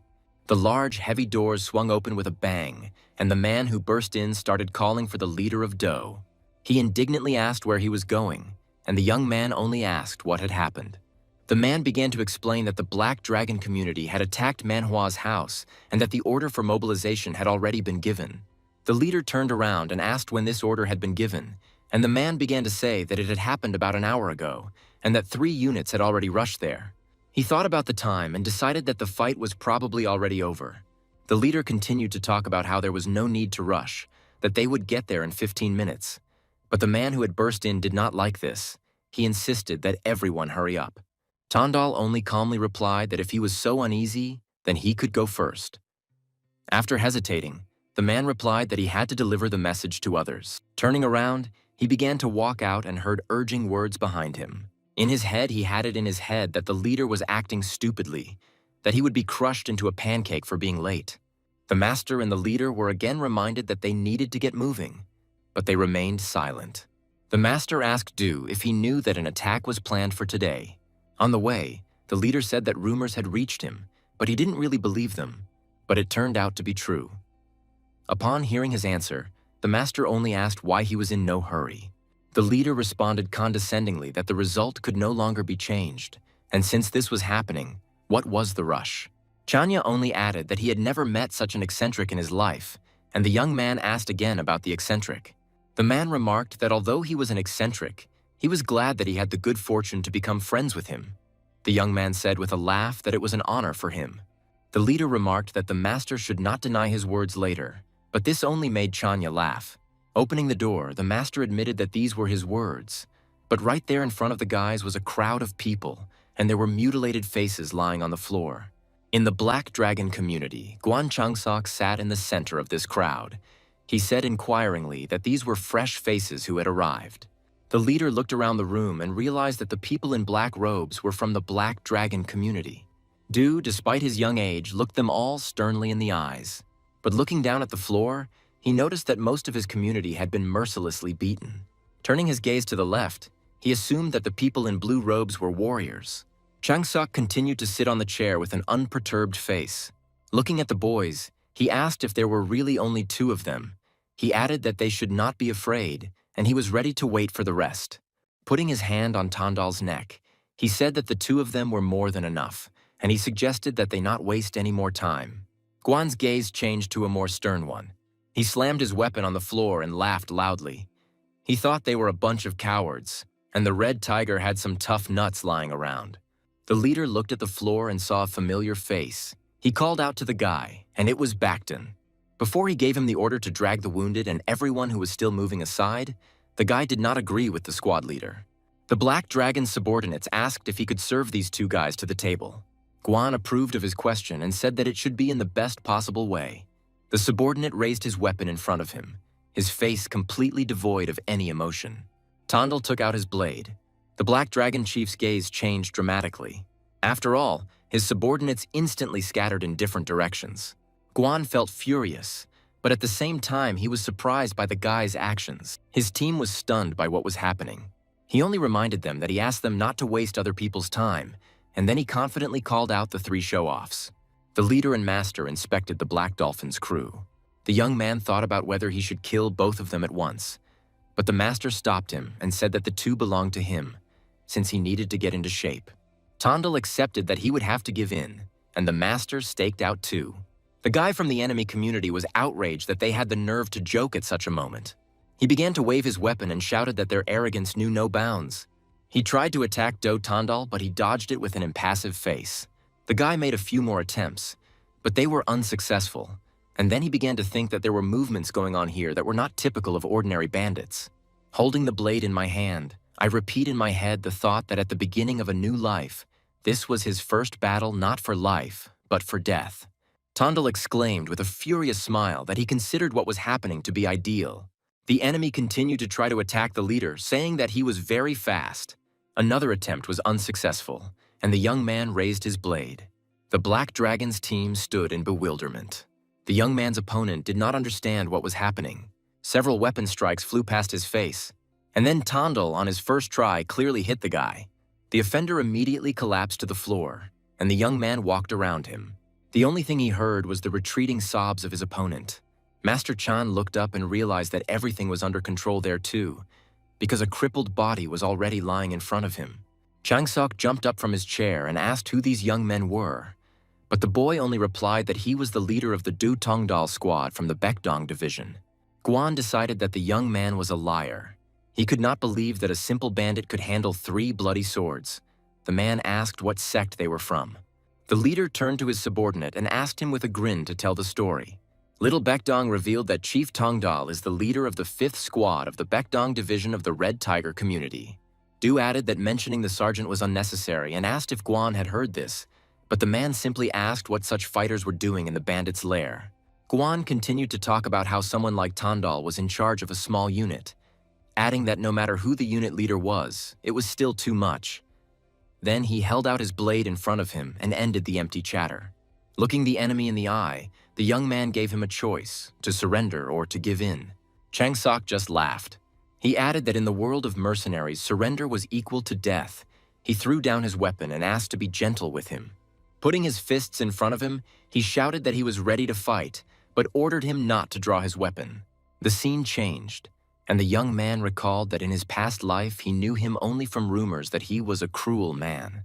Dutong Dal sat on Guan Yu's back and realized that after meeting him in person today, he began to understand that he quickly grasped the situation and understood what was best for his subordinates. After a break, the young man stood up and invited Boss Guan to have a drink sometime when they met. The man merely exclaimed with displeasure at the mention of God. Little Becton intervened with a grin and said that Leader Du was treating him. The young man turned towards the voice and said in a friendly manner that he wished to be called simply by his first name. Becton reminded that the leader told him to appear today. Opening his robe, he showed his vest and added that Du's words were true because he almost met the skinny one today. Looking at the leader, he continued that he was alive only thanks to him. He noted that from now on he was ready to build a fire and jump into it at the leader's command. Leaning on his arm, the old man asked that Tondal had been a member of the community for no more than 2 months. It was a meeting of the elders of the Red Tiger community. Cho Chin-woo was the leader of this community, and he added that this boy fell right on their heads. Han Dong-san added that they were very lucky in the fight for Manhwa. He said that the leader of Tondal should be rewarded, because it is unknown what would have happened if he had not been there. Some people were outraged, because they thought that this would be too much praise for someone who was simply doing his job. It was the community's protector, Hun Seong-jun, who added that excessive rewards would create discord within the organization. Chin-woo noted that the squad leader had indeed done his job, but for some reason the defender had not been able to. The man shouted angrily at the elder. Cho added that there was someone else with Tondal, and that this someone was even stronger than the leader himself. The defender only asked that there was a retired serviceman with the leader. The elder wondered why the warrior would help the underground, and the defender only briefly replied that Tondal himself had asked him to. Chin-woo concluded that they were indeed close friends, but he had one question.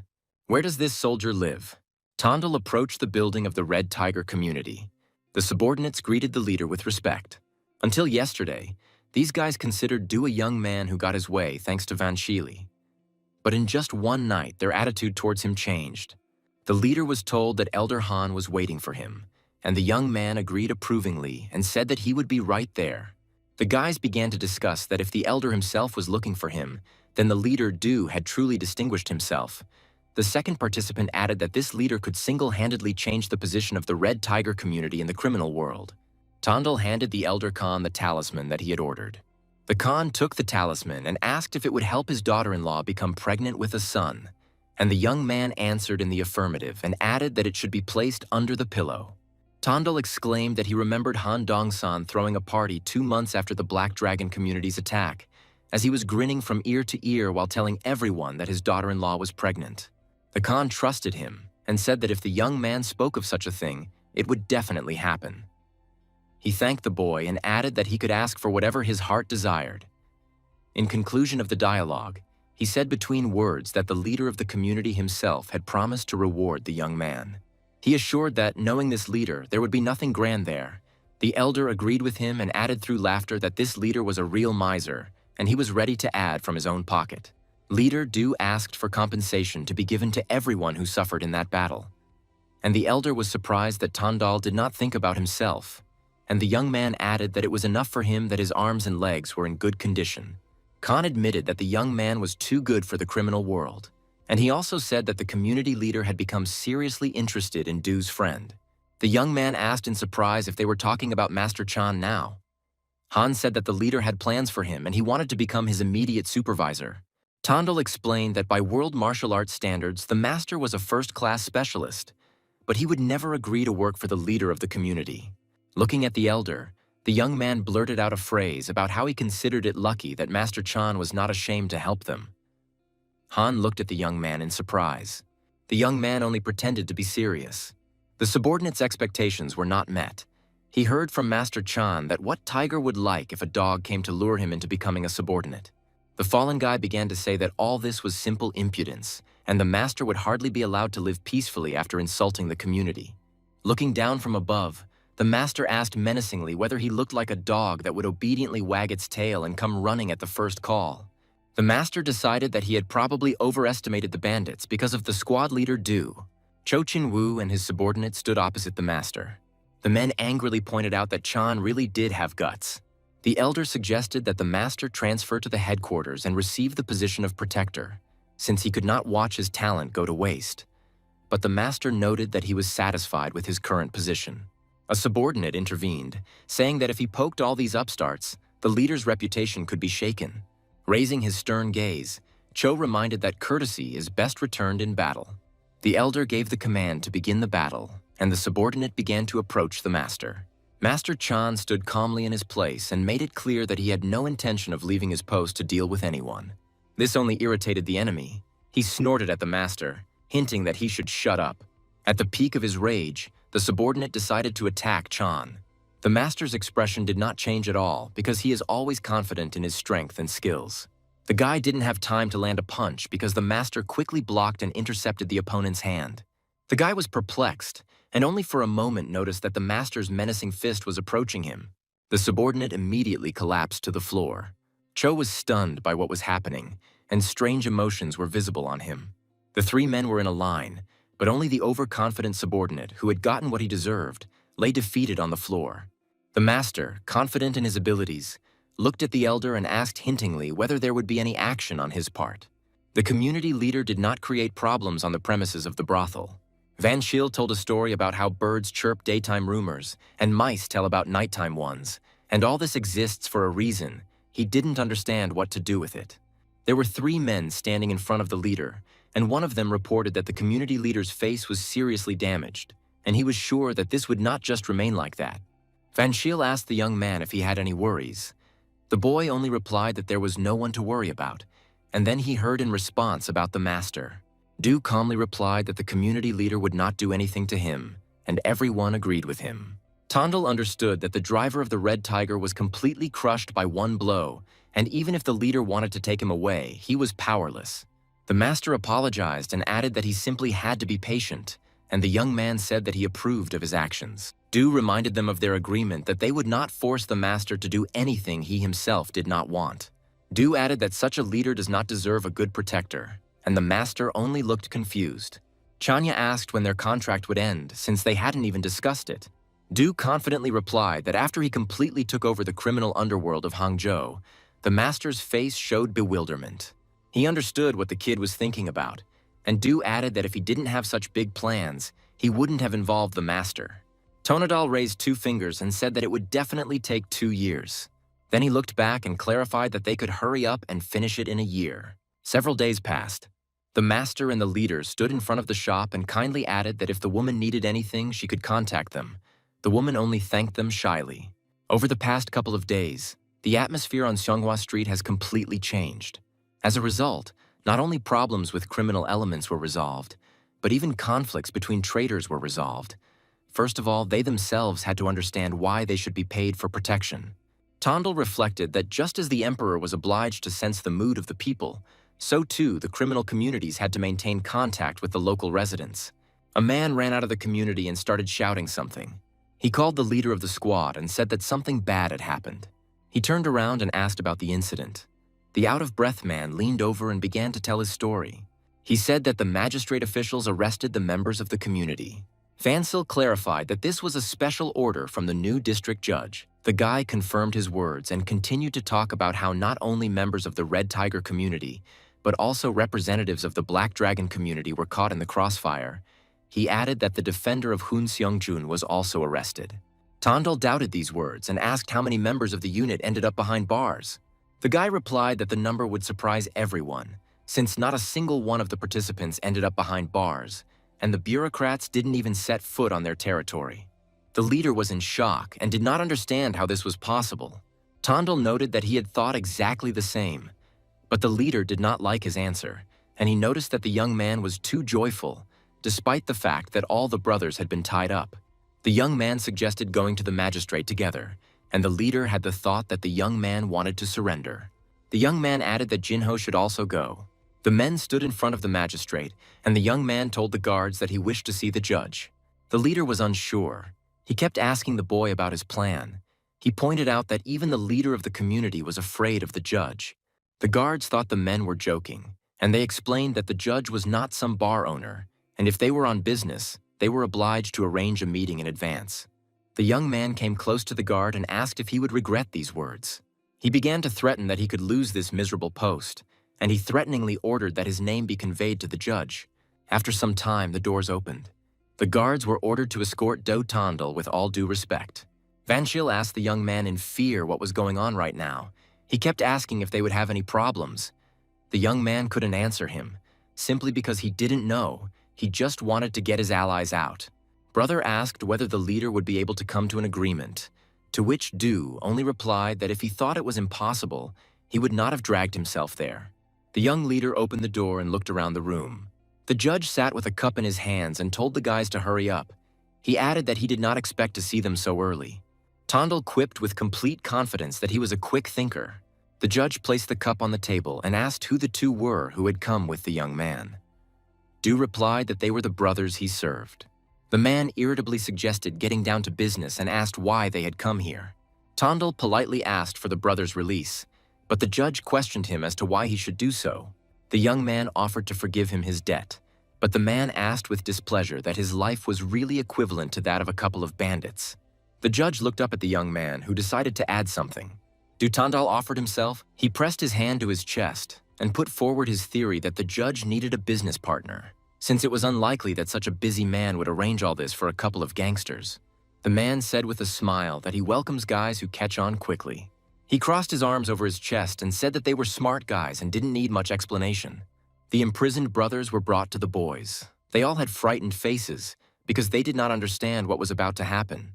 One of the subordinates asked the leader Chi what all this meant, and Vanchil reassured them, saying that he had made an agreement with the judge. The guys were shocked that the leader went not to talk to the jailers, but to the district judge himself. The leader hurried the guys because they needed to go home. Tondal allowed Vanchil to brag because he wanted to build a trusting relationship with him. After all, the judge said that his actions would be considered payment of a debt for life. The man added that he would like to see confirmation of Du's words that he would soon become his business partner. Tondal only gave instructions to wait. The action then took place in the community of the Black Dragon. Du exclaimed that his wish to drink with the head of the Black Dragon community would be fulfilled so quickly. The man pointed to his nose, saying that the young man had twisted it and that it was now crooked to the left, and Tondal merely joked that he could straighten it out with one more blow. Changsok asked with displeasure if this was what the leader had come for and reminded them that the Black Dragon community and the Red Tiger community had made a truce.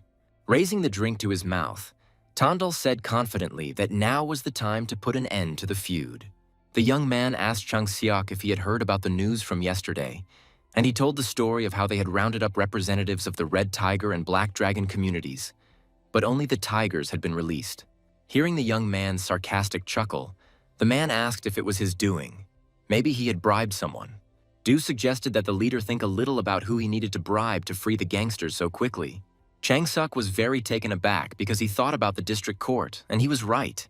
Du added that he doesn't throw words to the wind and can help rescue the community members and the Black Dragon too, and the leader simply asked why he would provide such services, since they are definitely not friends.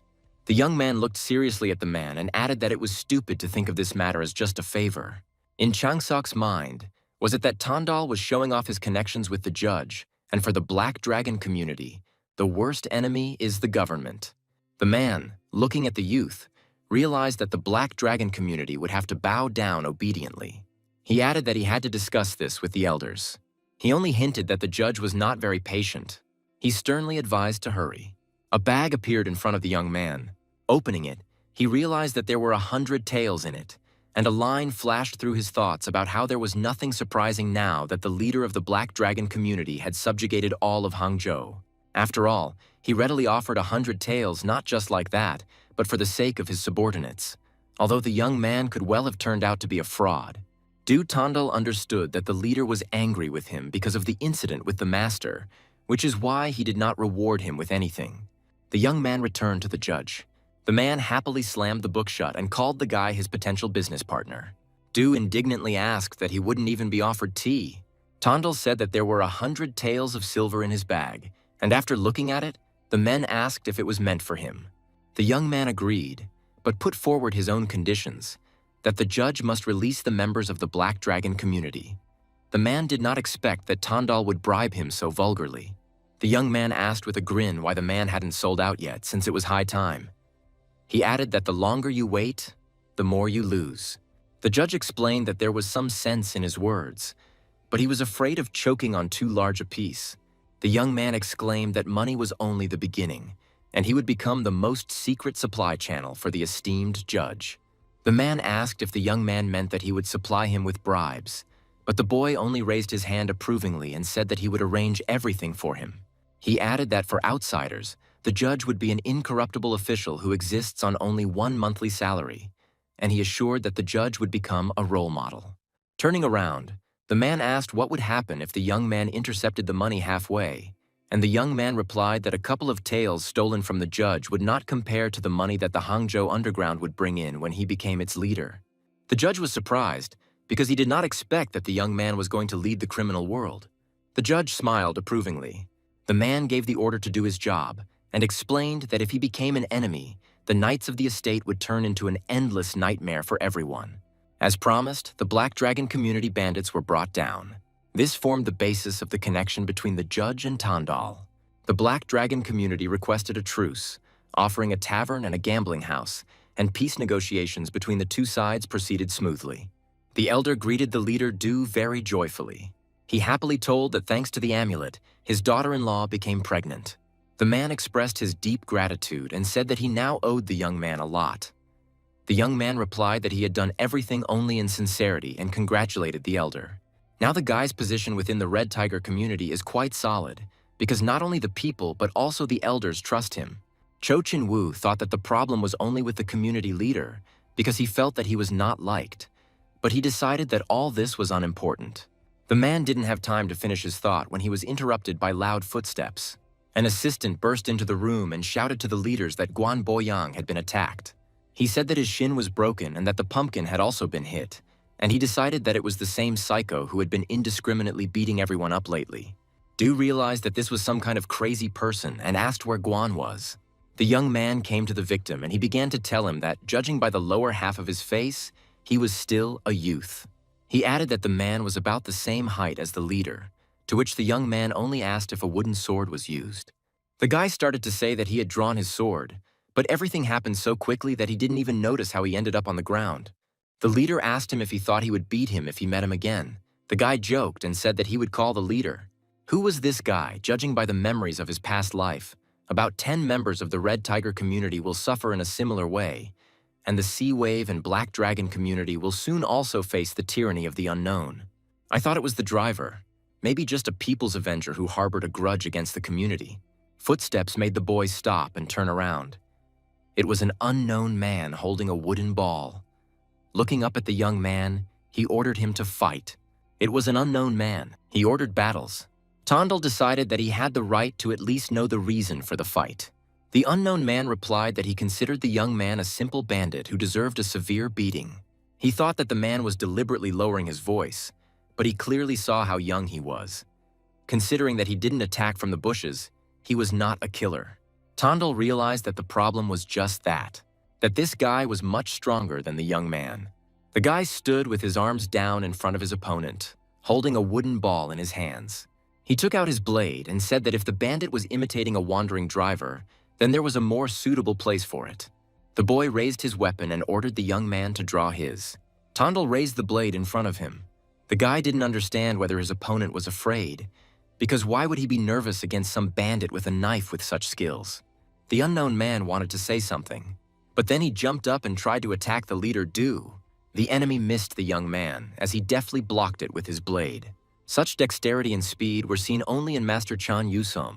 The battle between the men continued, but in the narrow alley it was difficult to swing a wooden ball, but the skills of the leader's opponent allowed him to overcome any limitations. However, a huge cube of hay was aimed at the unknown enemy. This cube flew straight towards the unknown man's head. However, he deftly knocked it away with his fist, saying that the leader was a coward. Du sat below the enemy and was ready to strike. Tandal realized that his opponent was still inexperienced. An incomprehensible emotion of fear appeared on the stranger's face. The young man struck, but only hit the unknown man's hat. She suddenly flew off his head and fell to the floor. The stranger was terrified and could not say anything. Tandal realized that he had gotten it, but he could have hit him while the enemy had not yet gotten used to the surroundings. Horror was visible on the man's face. Cold beads of sweat appeared on his face. The leader Du wondered what was wrong with his face. The unknown person tried to strike, but the young man deftly blocked it. Du realized how his opponent began to attack worse. Someone swung, but didn't have time to do anything. After all, the leader Du delivered a crushing kick to the stomach. The defeated enemy fell to the floor. The guy realized that he was trapped. At that very moment, the blade of the leader of Tondal appeared before his eyes. Du towered over the slain boy and asked him who he was. The stranger hesitantly stated his name. It was Namgung Chulhyun. Hearing his name, the young man was confused. He remembered that he was a significant figure in his past life, and now, it seemed, in his current one as well, his contribution to the world of martial arts was very significant. Even the punks of the criminal world knew his name. Tondal asked if he was the young master of the Inmagan clan. The enemy didn't answer, and the leader took the silence for consent.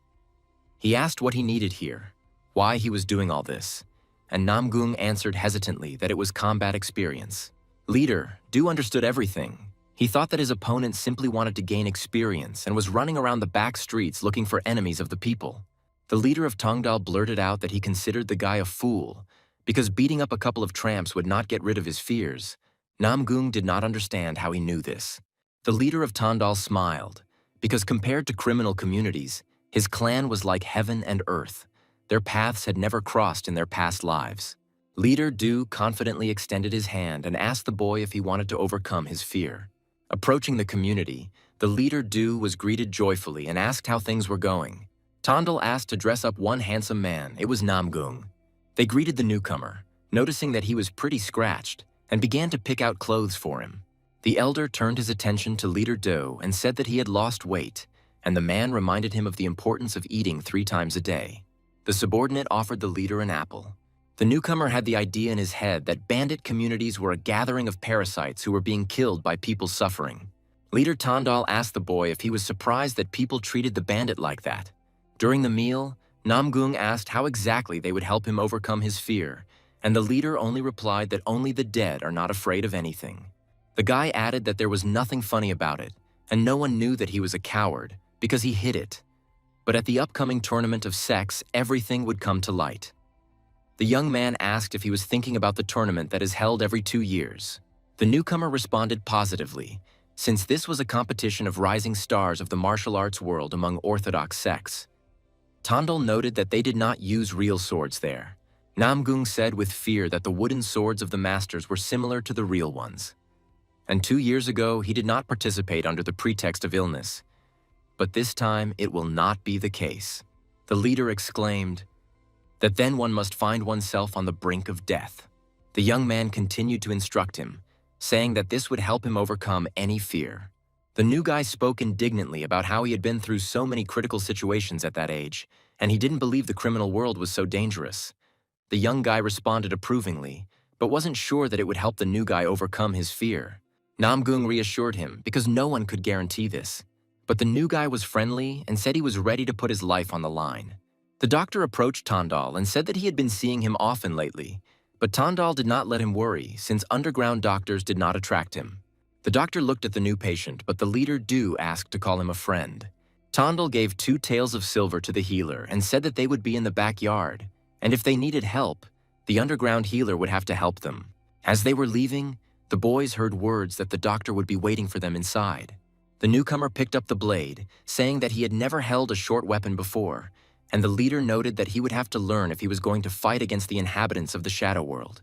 The young man gave the command to get ready since they had already begun, and the newcomer hesitated and asked if this would really help him get rid of his fear. Tondal couldn't know for sure.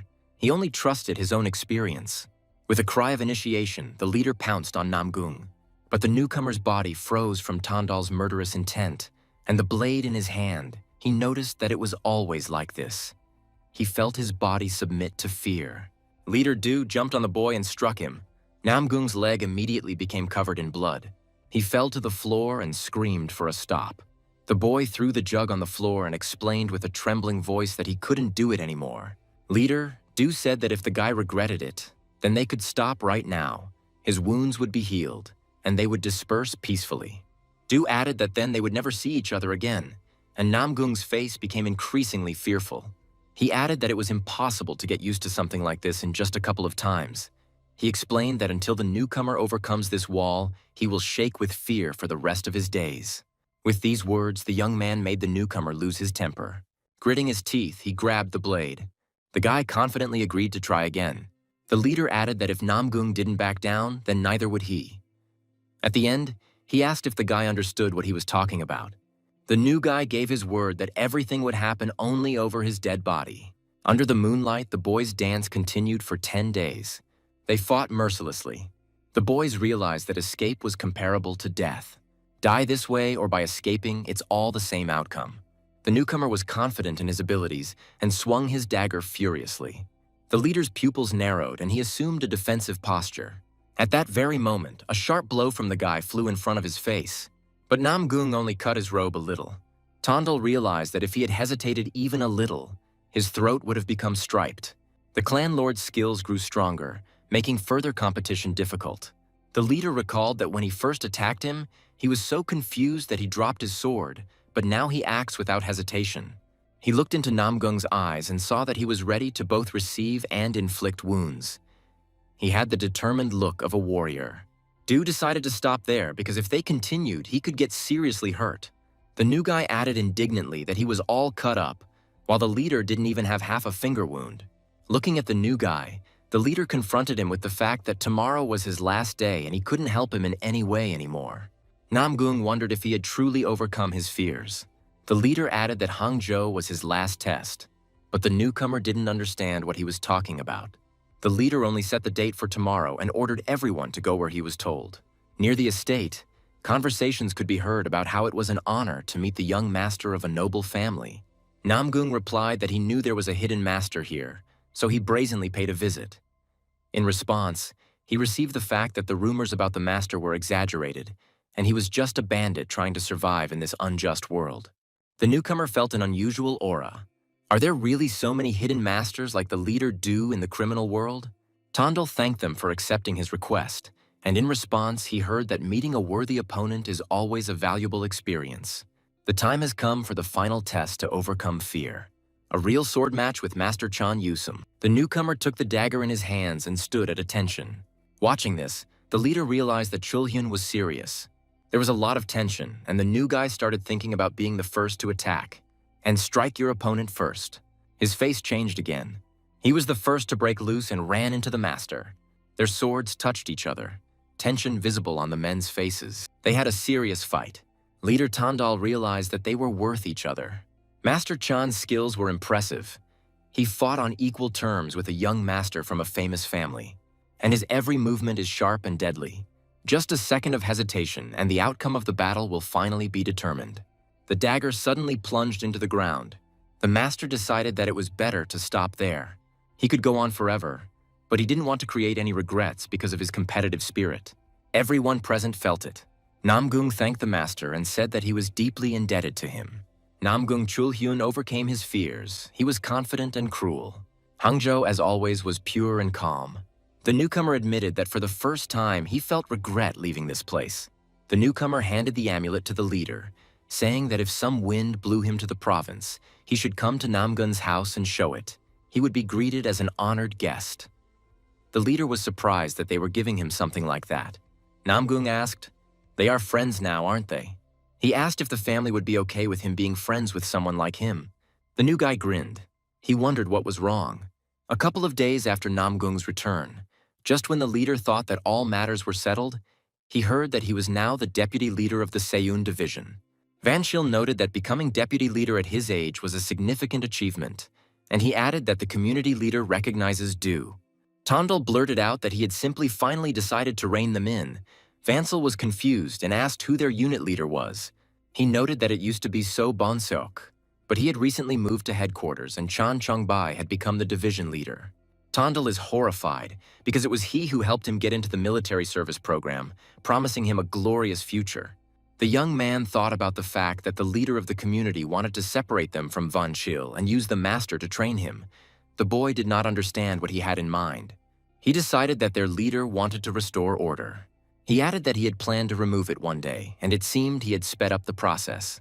Van Schil was shocked because he didn't believe that the leader was seriously planning a rebellion, and the kid only added that there was nothing surprising about it. The youth started to walk away and told the leader to just continue doing his job, and as soon as he was done, he would definitely let him know. He decided to take the opportunity to remove both the community leader and Chan, and also the skill of reading minds, which will make Chan a strategist in the criminal world in the future. Du returned to the estate. The elder noticed that the boy had an arrogance beyond the pale, and he decided to put him in his place. The elder spoke with the unit leader, who said that there was nothing to worry about. The leader of the unit was Jiang Chongbai, and he assured that he could subdue him. If the leader himself is afraid of him, then he must be crushed from the very beginning. The guy folded his arms. He said it was an honor to serve as the unit's honorable leader. The unit leader noted that the boy looked rather thick-skinned, but he clearly had a good lip. Chan began to say that Du had moved up to the position of deputy unit leader at the age of 18. He told him to try to impress everyone with his skills and offered him 100 pieces of silver per month. He added that the young man had been getting his head in the air lately, and that something like this shouldn't be a problem with his skill level. Is this enough to start with? Tondel began to talk about how the leader's younger brother had recently been arrested for raising his hand to a courtesan, and the leader did not understand how he knew about this. He smiled sarcastically and proudly said that he would rescue him, legally and without any problems. The young man in his past life was wildly afraid of the new leader of the unit. After all, he is not only cruel, but also meticulous to the point of being devilish, and he has also cheated the members of the community more than basic shamelessness allows. The young man stood there and planned to take it on one way or another. But now he had dug his own grave. And until he gets his mind-reading technique, he will be his most devoted ass-kisser.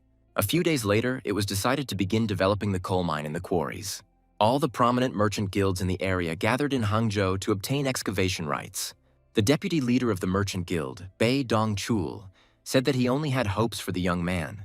Tondel thought that 100 silver was luck that an ordinary bandit would never see in his life. The deputy leader of the trade guild said that he just sits there, and the flow of bribes does not dry up. The man continued, regarding the rights to develop the mine, asking that a good word be put in for him with the magistrate. Leader Du was surprised and asked if he was feeding hundreds of mouths, or if he thought that such a sum would be enough because the leader was some kind of ragged person from the criminal world. The man started making excuses, but the leader just stood up and said that he shouldn't disappoint him the same way next time. He added that there is not much time left. Once again, we were faced with a familiar situation. 2 guards and large doors leading to the court. The judge immediately refused the request, slamming the book shut. He only said that Chan Sobayak beat the woman so badly that she was partially paralyzed, and he was surprised that he was being asked to release someone who did this to an innocent person. The young man said that he would settle the matter differently, but for now he really needed to curry favor with the unit leader. The judge reiterated that he was being asked to hand the criminal over to lynching instead of a legal trial. The boy merely said that a legal trial would hold him for a year at most. He added that the judge would then be inundated with petitions from all sides, subjecting the poor woman to even more humiliation. The young man did not understand that the criminal did not at least deserve to have his balls cut off. The judge noted that he would be able to play the role of the people's avenger properly, and Tondel repeated that the criminal will get the full punishment. The judge clarified that they did not come to him empty-handed to ask for this. The young man told the judge to come to the stairway to heaven after work, because he had prepared everything necessary. It was already dark outside. The man noticed that the area was crowded today. This man was the magistrate's official, So Baekuin. The second man agreed and added that the local Sagaju was of exceptional quality. The man had thoughts in his head that the leader Du had made a huge mistake by refusing the 100 silver. He only wanted to buy a judge for his own peace of mind. But the truth is that 6 ministers who are responsible for distributing work are enough for him. The hostess exclaimed that she was glad to see Mr. Bei because they hadn't seen each other for a long time. The gentleman thought about how beautiful she was because she was as good as usual. The gentleman asked the hostess if she would sit down next to him for at least a minute, then he would be ready to come every day.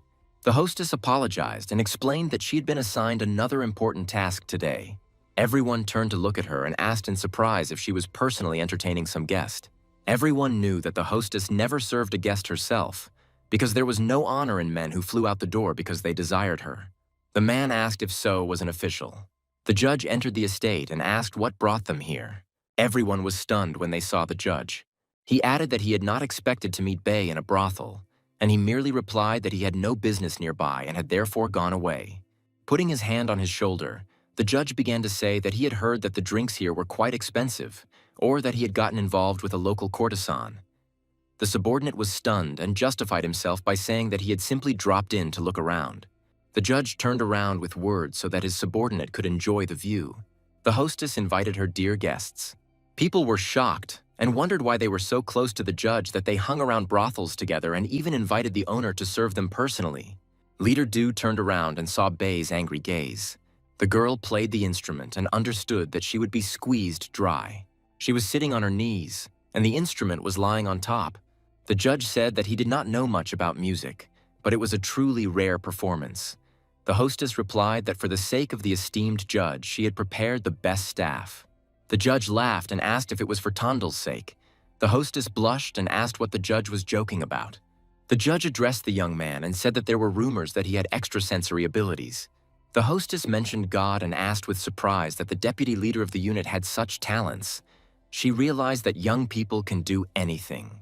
The judge said that he would like to hear predictions about his future and what awaits him. The young man said that he sees how failure turns into a blessing and leads to the greatest success. The judge hesitated and asked what kind of misfortune it was, and in response, heard about a clash with those suspicious individuals who had bothered them on the day of their meeting. While pouring drinks, the judge began to say that their meeting was a blessing, and that thanks to the young man, the greatest success awaited him. He asked if it wasn't obvious, and the judge laughed, saying that where did the young bandit get so much pride from? After clinking glasses, the judge added that if he succeeded, it would truly be thanks to the young man, and they drank to that. I woke up from a bright light. He sat up in bed and realized that he was completely naked and there was a girl lying next to him. It was then that he realized how it all ended. He had not expected this turn of events. The girl woke up and also sat up in bed. She was also naked and asked if the leader would take responsibility. She offered him a drink to cure his hangover. She also suggested continuing what they were doing yesterday. The weather was clear outside. The young man remained in this state for almost the entire day. The guy returned to the unit leader, who was very glad to see him. The leader had good news, because he had been told that his brother would be freed, but he did not understand how he had managed this, and the young man only replied that a way would always be found. The kid placed a box with 100 silver coins in front of the unit leader. I thought that this guy was something special. He changed his mind about clipping his wings. He decided to make them his own. Chanya asked his subordinate if he would like to rise even higher. He offered the young man to become his man. He said that he would raise him to the top. The young man smiled and said that from now on he was ready to serve him as if he were a blood brother. Tondal was in battle with the elder. The young man delivered a powerful blow, thereby turning the elder's head. The observer was not very pleased, but the young man added that in fact, he had just come to talk and said it would be better for everyone to lay down their arms. For a whole month of service in the unit, Do was Chanbei's faithful dog, assigned to deal with problematic people who did not want to pay for protection. The elder was indignant that he had nothing to talk about with dirty bandits, but the young man suggested continuing the conversation in the language of weapons. Of course, he used his own methods, not those that the unit leader expected of him. Du asked if the elder was not the owner of the slaughterhouse. He asked why the patronage fee was being delayed. The enraged elder shouted that they would protect themselves and that they would no longer simply feed the Red Tiger community. With a smile, the young man added that nothing would work out that way, and the elder was surprised that they would create a personal threat so that there would be something to eliminate. Tondal, holding a dagger in his hand, continued that he wouldn't make any enemies, but he could arrange business partners. The young man asked, "How about the magistrate? Good catch." By using the power of the magistrate, one can expand the circle of consumers under his jurisdiction, and in return, demand payment for patronage. A mutually beneficial cooperation method is always valuable, and civilians will not be harmed, and its reputation will increase. He came to his unit leader and said that he had collected everything that had been bothering him for the past month. The leader was pleased as usual. He turned to his subordinates and sternly told them that they should learn from the young man, and he added that the guys simply lacked experience. The leader laughed and mimicked the young man, then sent him home, and Tondal responded with gratitude. With every step he took, he realized that the time had come. It's time to part ways with him. The young man actually planned to harm Chan, but decided it would be better to simply kill him and throw him into a ditch. He walked and remembered what he had heard about him becoming a frequent visitor to the local taverns. Something made the guy stop. It was a menacing curse. The unknown man shouted that there was only one reason why the cute little girl was there at such a late hour. He explained that he would pay and asked how much. This man was Chan Sabayak. The young man looked around at what was happening and noticed that the girl was wearing a blue uniform and had a sword. He realized that she was a warrior. The criminal began to threaten the girl, but immediately noticed a hand approaching him. The girl deftly punched the man in the face. He fell and started bleeding. Young Do thought that if he died, there would be problems. Looking at the girl, he realized that the blame would fall on him, and from the girl's lips came the desire to kill the man. He rushed towards her and held his dagger out in front of her. The girl asked in surprise who he was, and the young man replied that he was just a bandit passing by. The girl asked if he had any friends with this man. She saw an amulet on the guy's dagger. She blurted out where he got this strange amulet, and Tandal just turned his gaze to him. The warrior did not listen to Tandal until the end, but immediately attacked him, her face showing all her anger. The guy didn't have time to realize anything before his eyes began to slowly close. When he woke up, he couldn't move because that girl had tied him up. Tandal asked her what it all meant, but the warrior clearly had no intention of answering his questions. She held his jade amulet in her hands and asked where he got it from, to which Tandal replied that it was a gift from an old friend. Tongdal assumed that she was Chulhyun's younger sister and immediately asked if this was true. The girl slapped him and asked him to spare her all this nonsense, adding that he should only answer to the point. The warrior cried out for him to quickly explain to her under what circumstances he had received this amulet. Tandal asked her sternly if she was ready for the consequences of her rash actions. He also asked what she would do if he really was his friend, and he gave the amulet of his own free will. The warrior got angry and angrily replied that he shouldn't worry. She said that he would soon appear before the Namgung clan in person.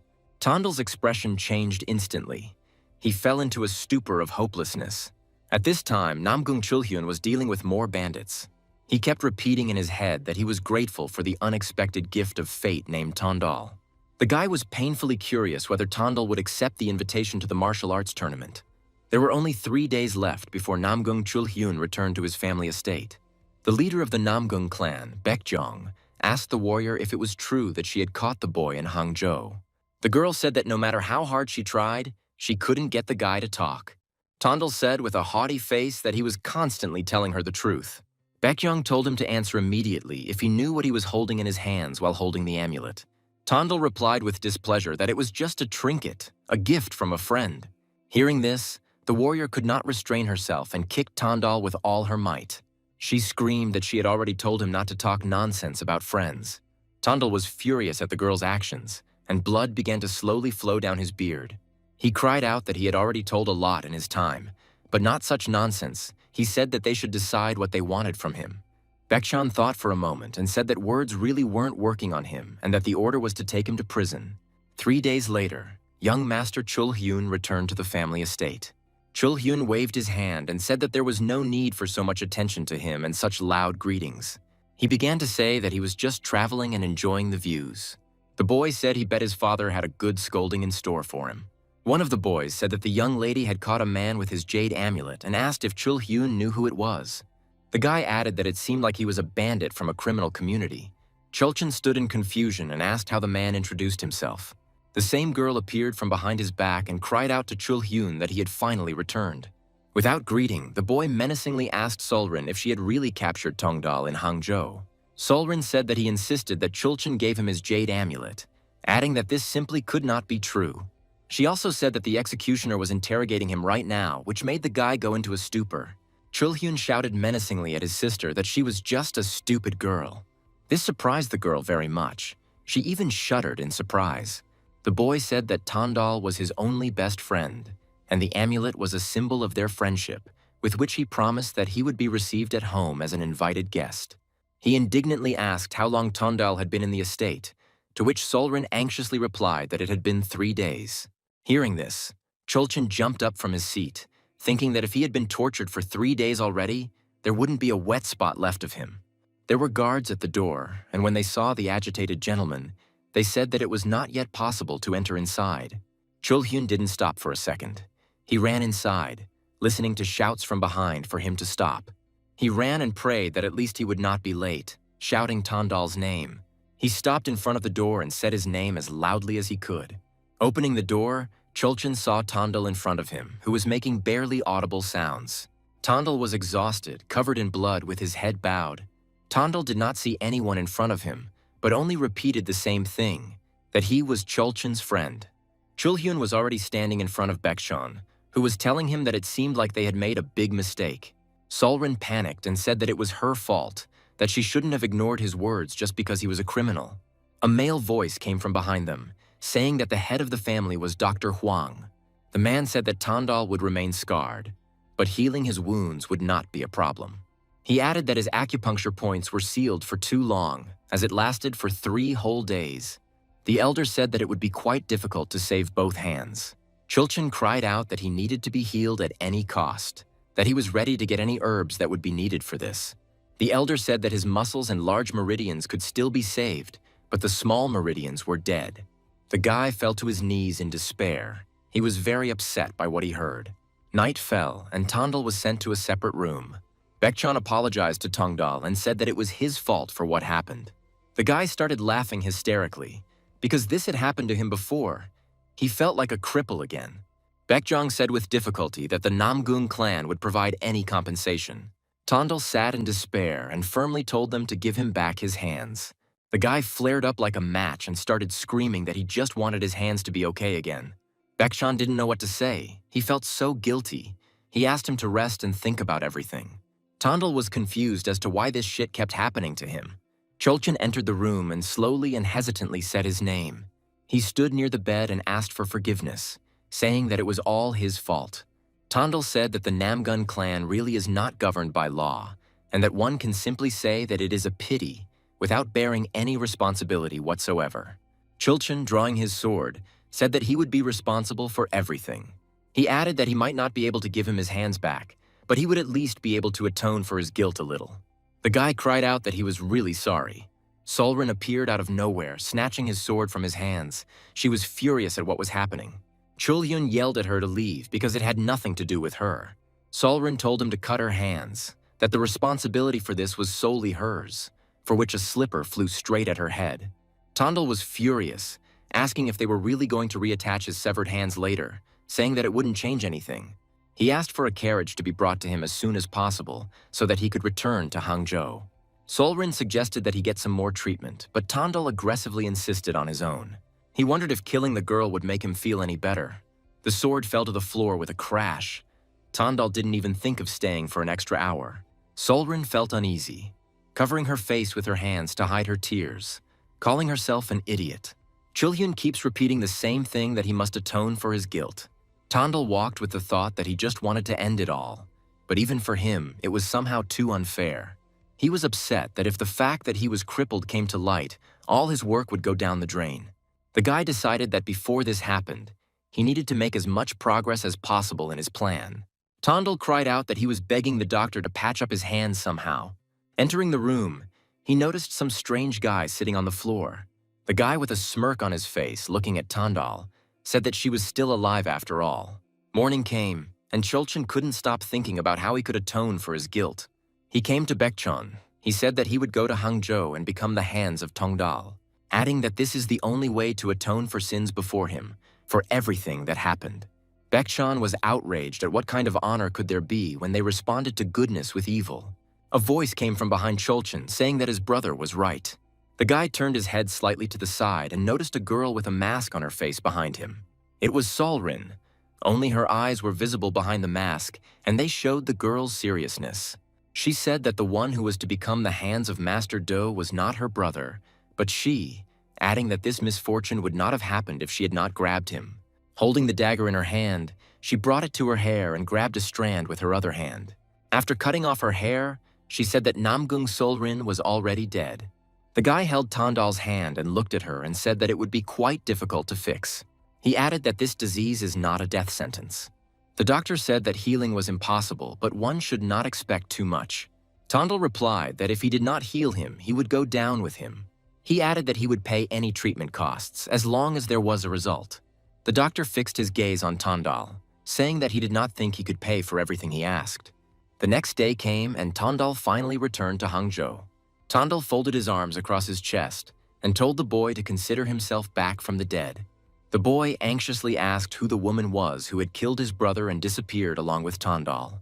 Tandal began to apologize, saying that he thought he had stopped her and that he was very sorry. The guy noticed Tandal's hands, to which he replied that the same person had done this to him.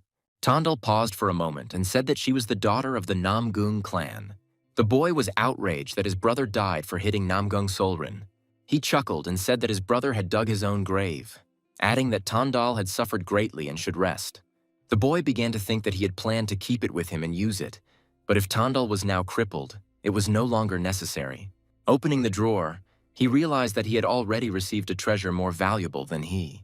He looked at the book that contained the technique of mind reading. Chan Yusom, Tondalia later told, was no less shocked by what happened. He did not understand how representatives of Orthodox sects could commit such atrocities. Tondal exhaled and said that he would get over it, that all bandits have a story. But he understood that in any case, he could no longer do everything that required physical activity. Chan Yusom said that from now on he would become the bodyguard of the deputy leader of the Do unit. He added that he was completely serious, that he already lived in a rather dangerous world. Chan Yusom noticed another man behind Tondal, staring at him intently. He turned his gaze to Tondal and said that he would step away for a couple of minutes. Approaching the stranger, he cautiously asked who was standing in front of him. It was Solrin. She was looking intently at Chan Yusom and remained silent. Solrin said that she came to see Master Do. Chan Yusom immediately asked what she wanted from him. Upon hearing the conversation, Tondal immediately told the girl to go inside. Chan Yusom did not stop looking at the girl. He followed her with his gaze. Kneeling before Tonadal, she said that she had come to become his hands, adding that this is all because this is the only way she can at least partially atone for the sin she committed. Solrin said that she had renounced her family, her name, and even her face. Tondal said that if the whole truth came out that the precious daughter of the Namgung clan had become a bandit's henchman, it would be difficult to get rid of this shame. The girl did not raise her head. She looked at the floor and simply remained silent. Tondal asked if he should spread rumors that the young master of the Namgung clan was actually a coward who froze at the mere sight of a blade. Solrin said that she was ready to obey his will and she would not leave him as long as there were still orders remaining. Chan Yusom intervened in the conversation and asked if she was even capable of protecting Deputy Do. The guy said that he would accept this statement only if she turned out to be stronger than him. Solrin said that he didn't know who she was, but he still recklessly challenged her. Chan Yusom slowly began to draw his sword, saying that she had misunderstood him. His eyes were filled with rage. He said that this was not a duel, that he just wanted to finish her off. Solrin began to look intently into the guy's eyes and asked him why he did this. Chan Yusom asked if she would not wish death on him if someone took away her father's hands. The girl grabbed the sword and said that he was right, but she did not have the right to die yet. The guy said that the hands were not given the right, that one cannot swing a sword without the will of its owner. Solrin stopped immediately. She even felt a little uneasy. She turned her head slightly towards where Tondal stood. She asked him if she could join the fight.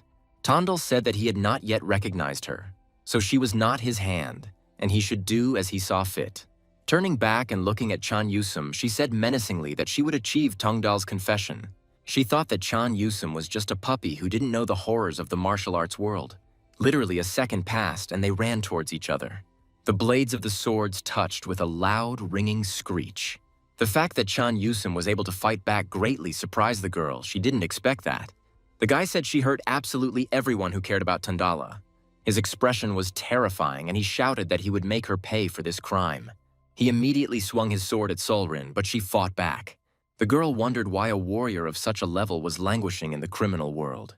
She realized that this was not an opponent she could fight half-heartedly. Squeezing the ball's handle tighter in her hands, she decided that she needed to raise her chi level. Suddenly, Tondal screamed for them both to stop right now. He said that if they continued now, someone would definitely get hurt.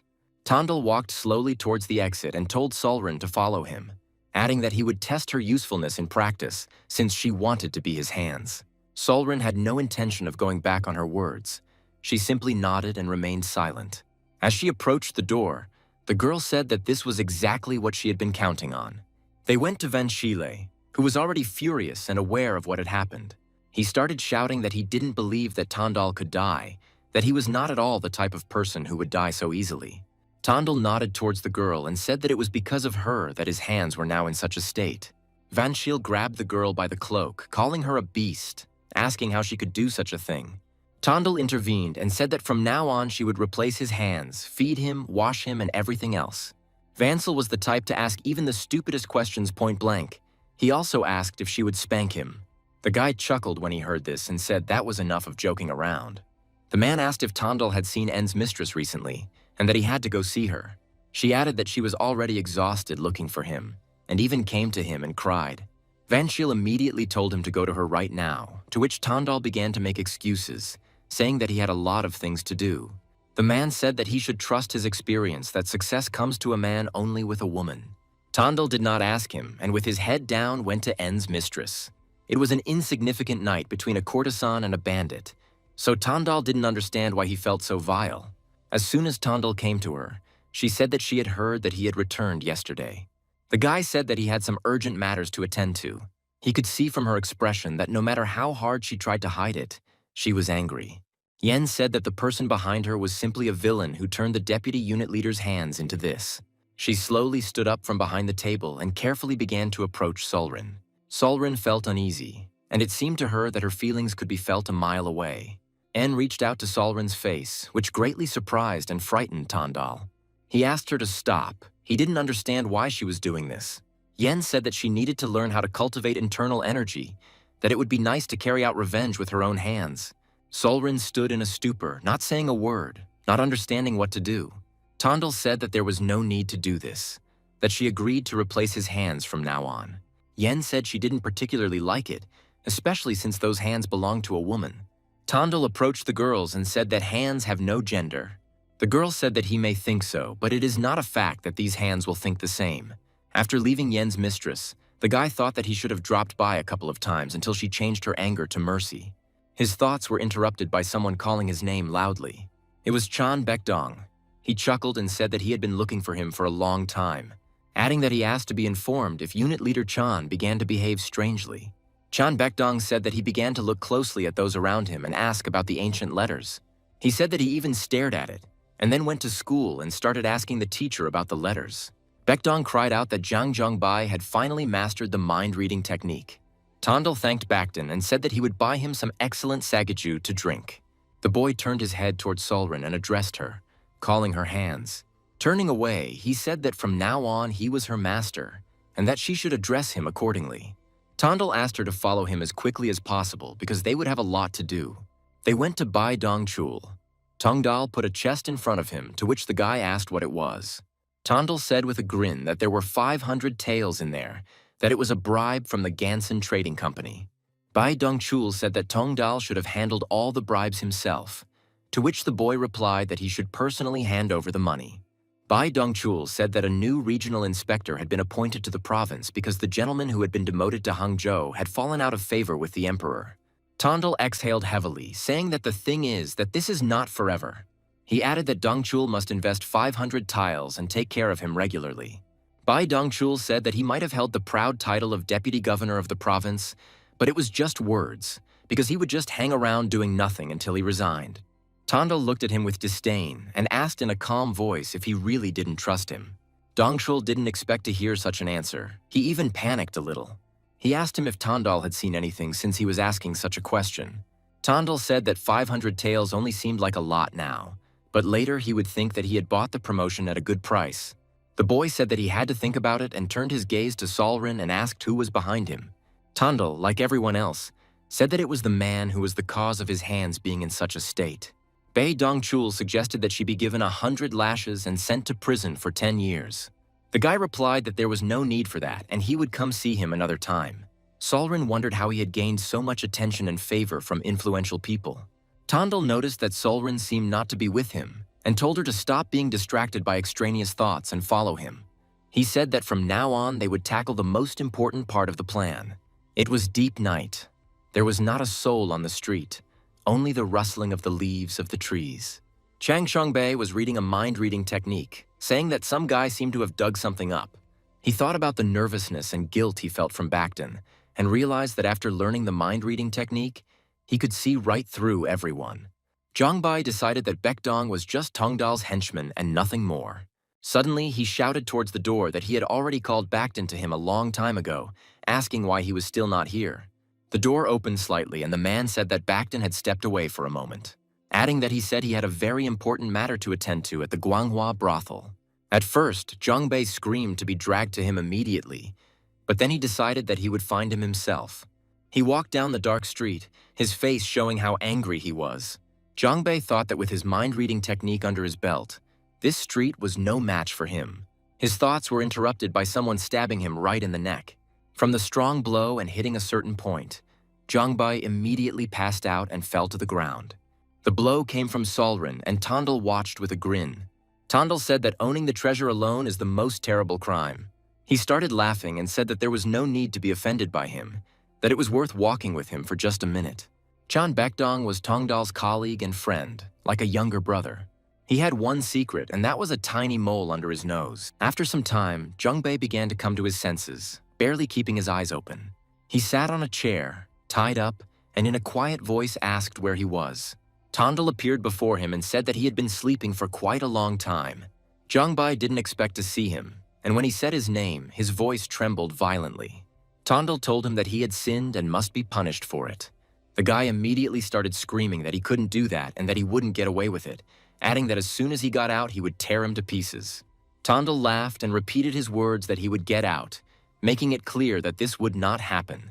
The guy insisted that he should just accept the fact that he had no other choice. Zhang looked at Tongdal in despair, without saying a word in response. Tondal said that he had plenty of reasons to kill him, but he was too lazy to recount them all. He screamed out where the book with the mind-reading technique was. The boy turned to Solren and said that since he didn't want to do it the easy way, they would do it differently. Tondal said he was giving her 15 minutes to get him talking. Solren stared at Zhang and said that everything would be done in the best possible way. After a few minutes, her fists were already covered in blood. After each blow, she repeated the same phrase that she was no longer a warrior. Zhang was covered in blood. He already had a black eye on his face. He was groaning and coughing from the blood getting into his mouth. After another strong blow to the face, he screamed that the book was in his office. Tondal, hearing this, told Solren that she could stop. He came closer and asked Zhang where exactly in the office she was. Tondal smiled and said that he should speak, then he would die faster. The boy sternly told Solren to draw her blade immediately. He told her to cut off the bastard's leg right above the knee. Tongdal told Zhang that he would feel the full horror as the blood slowly began to leave his body. Zhang began to scream loudly in fear, his eyes fixed on the blade. He shouted that the book was in the drawer, that there was a hiding place under the third shelf. Tondal turned away and said that he should have said so right away, then he wouldn't have had to go so far. Approaching the door, the boy ordered Solren to kill Zhang Zhang begged him for mercy, promising that he would do whatever he ordered him to do. But it was too late. Solren successfully carried out Tondal's order. Without turning around, the guy told the girl to clean up everything she had done. The hat and mask, and in general the whole of Solren were covered in blood. She stood in one place for several seconds, realizing everything that had happened. She dropped her head sharply. It was very difficult for her to comprehend and let go of the situation. As Tondal went upstairs, he heard loud, terrible sounds of vomiting behind the door where Solren remained. A smile spread across his face, and he thought about how difficult it was, however, for his precious daughter Namgung to serve a bandit. The next day arrived, and events were already taking place in the Xuan division. Solren and Tondal were in Zhang office. The girl found that very hiding place, but it turned out to be locked. She skillfully broke the box and handed the book to Tondal. He looked at it with relief. This is the mysterious Talmud that he regretted most of all in his past life, and remembered it even on his deathbed. Chan Chungbei seemed almost like a demon to Tondal at the time. After just a couple of minutes of conversation with him, he already knew everything about his victim. Tondal sat at the table for a long time, reading the mind-reading technique. His eyes began to close on their own. Solren turned to him and said that it was already late and time to go to bed. The guy was a little surprised. He didn't even notice how quickly time flew by because he was so engrossed in reading. He sent Solren off to rest, adding that he was not going anywhere else today. Tondal waited for the girl to come out, literally peering into every millimeter of the crack. He thought that whoever came up with this technique must be a genius born once in 100 years. Reading absorbs the mind and time completely, but it will take more than one night to comprehend and remember everything. Tondal understood that in order to absorb the Red Tiger community, he needed to master the technique as quickly as possible, at least by 30%. The guy understood that very soon that very bastard would appear. Qinwu was informed that his brother had been released from prison, which left him in great shock. He anxiously asked where he was now, to which he was told that he had arrived in Hangzhou. Cho Huanyang, the elder brother of the community leader Cho Chin-woo, is called the People Killer and has been rotting in prison for the past 10 years. If he hadn't ended up behind bars, he would have definitely become the leader of the Red Tiger community. Chin-woo was furious, not understanding why he couldn't just die now that he was making honest people nervous. Suddenly, the man collapsed on the floor screaming. A shot rang out, and he died immediately. It was Cho Huanyun, with a menacing expression on his face as he greeted his brother. Chin-woo jumped up and screamed in horror and fear, not understanding what to do now. Walking forward, Huanyun began to say that he almost joined the Black Dragon community. He offered his brother a drink and some rest in a brothel with the guys, and then immediately told his brother to take care of it properly. Huanyun made sure everyone brought plenty of drinks and pretty girls, and everything had to be free, of course. He said with a smile that he hoped Chin-woo had had enough of playing king in his absence, adding that the true king had now returned. The man grabbed his brother's head with one hand and simply sneered in his face. Chin-woo sat at the table in one place, rooted to the spot, trying not to move or make any unnecessary sounds.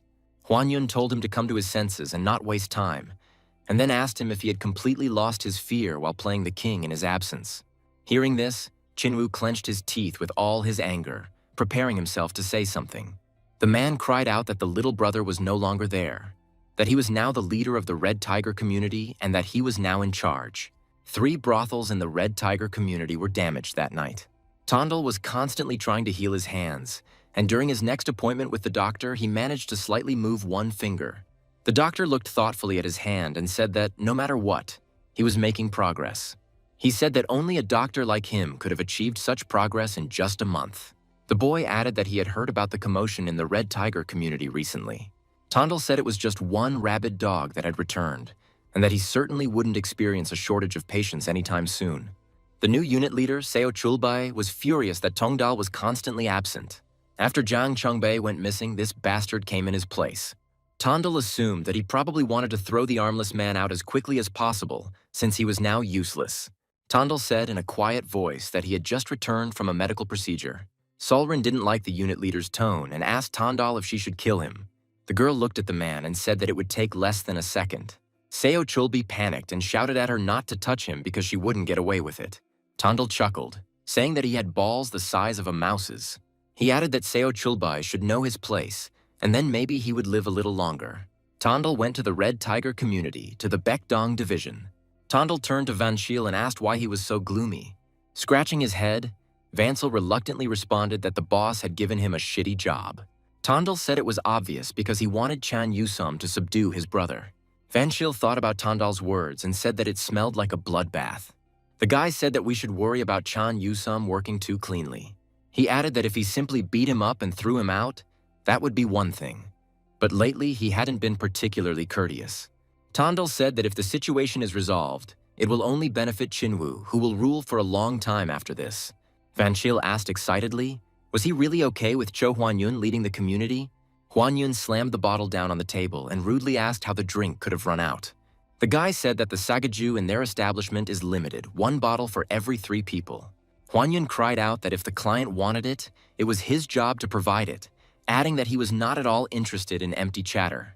As expected, Tondal started causing trouble as soon as the guy entered the establishment. Chan Yusum walked past the table with Huanyun in their direction without turning his head. Huanyun, noticing the guy, shouted loudly at him to come over immediately. Chan Yusum said that he could return to the table and pay the damages, and only then would he be allowed to leave in peace. The man cried out that this was only a shortcut to the bottom and asked if he had heard rumors about what had happened in other brothels. The guy standing nearby, as soon as he heard this, immediately began to tremble with fear.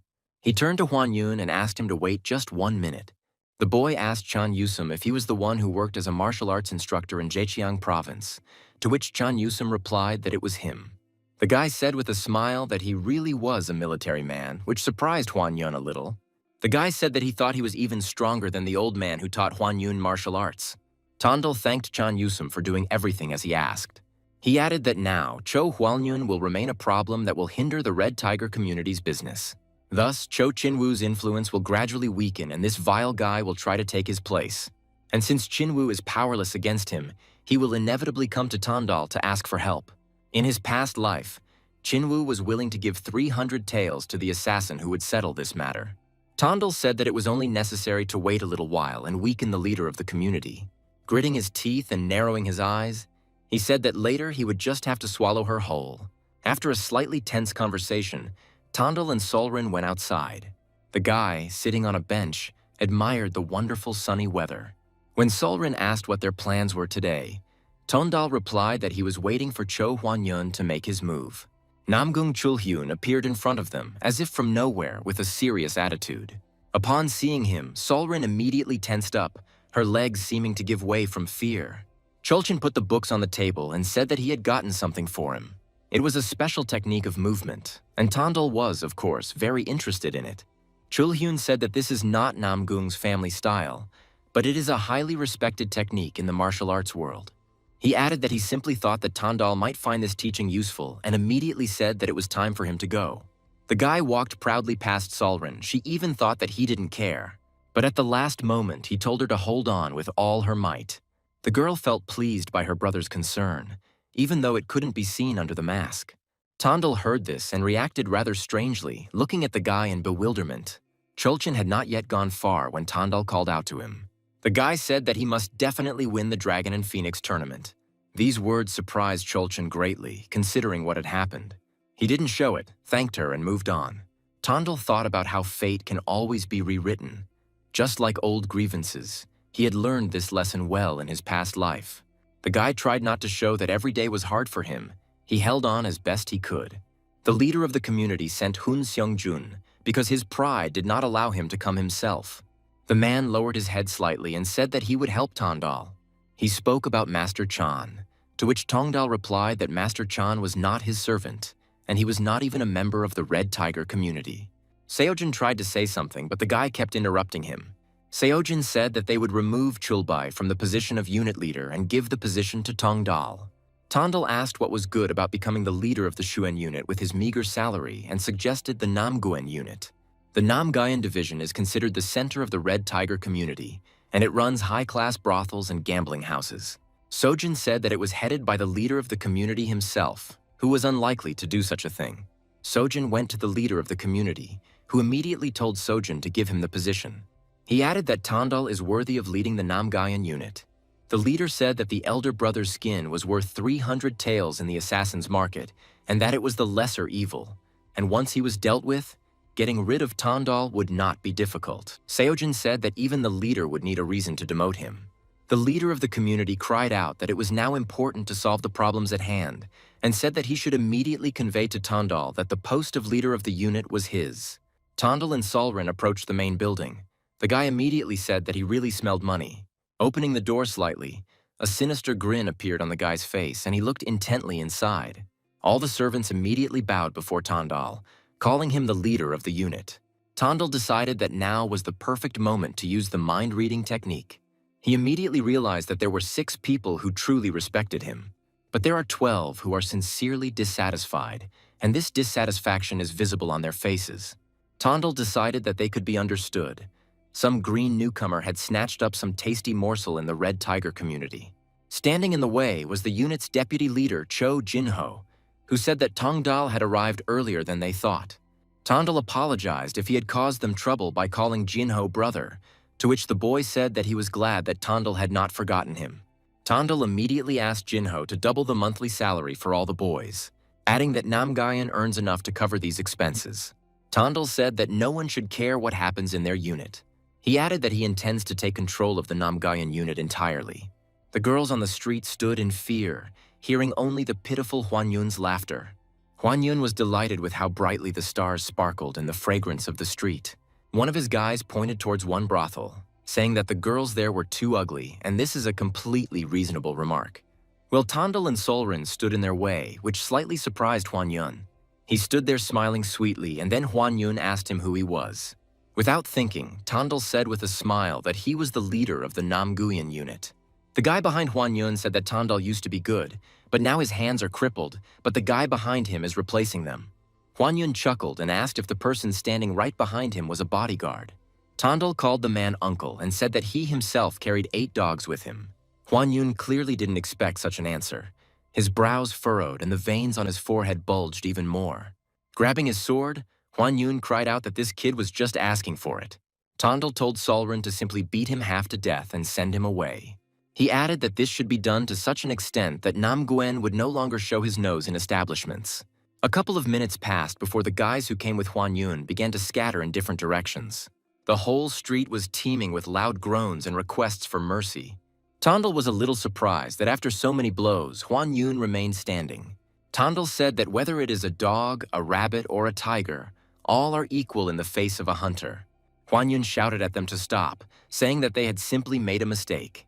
Tondal walked slowly towards him and fixed his gaze on him. He said in a quiet voice that if he saw him again in Nam Guen, he would communicate with his blade. Tondal said that if he kept his distance, he himself was not going to seek a meeting with him. Huan Yun said that he thought that Tongdal was in collusion with Qinwu. Tondal said that whether Huan Yun takes over as the community leader or not depends on his skills. Huan Yun was pleased to hear this, and a smile spread across his face. Loud shouts were heard throughout the unit from the former unit leader. He was perplexed why Tondal let the elder brother go, since he was supposed to kill him. Tondal said that he had given him 3 days' imprisonment as punishment and made him promise that he would never set foot in Nam Guen again. The man screamed that he should have been killed while there was still the chance. Tondal asked in bewilderment, was he really ordering him to kill a man? Adding that he should at least take his relationship with the judge into account a little. Tondal also said that removing Huan Yun from Hangzhou is the task of each of the congratulatory leaders. He said that honor and loyalty make a bandit little better than scum, and that the previous leader always emphasized this. The man cried out that Tondal did not need to lecture him, to which the guy replied that apparently their brother's concepts were unknown to him. The man, without listening to the end, swung and threw something small at Tondal. Solren reacted quickly and grabbed her sword. With the sword thrust forward, this unknown being scattered in different directions into small fragments. The girl immediately asked Tondal whether she should kill him. Hearing this, the man panicked and froze in place. The departing Tondal said that he was not worth it and headed for the exit. This action made the man even more angry. He clenched his teeth with all his might. Tondal understood that at this rate, not only the place of the community leader, but also his skin was in danger. In this unjust world, one can only rely on top-class mercenaries. The next day, Solren helped Tondal practice the technique of movement. She said it should be light, like a feather, leaving no trace. Solren noted that this is the main and deep meaning of the movement without a trace. Over the past few days that Tondal had been studying martial arts with Solren, they had become like teacher and student. Solren noticed that the boy was a quick learner and was doing excellently. The girl realized that if judged by talent, Tongdal was not inferior to her brother, who was called the greatest genius in the history of the Namgung family. Someone behind Tondal addressed him. It was Vansel who asked if he was busy right now. Vanshil said that it seemed the community leader had finally turned to martial arts experts. Tondal said it was expected because he had no other choice. Vansel said there was no point in worrying about him, but still asked him to be careful. The man asked if Tondal had already heard the news about the Henju Street office.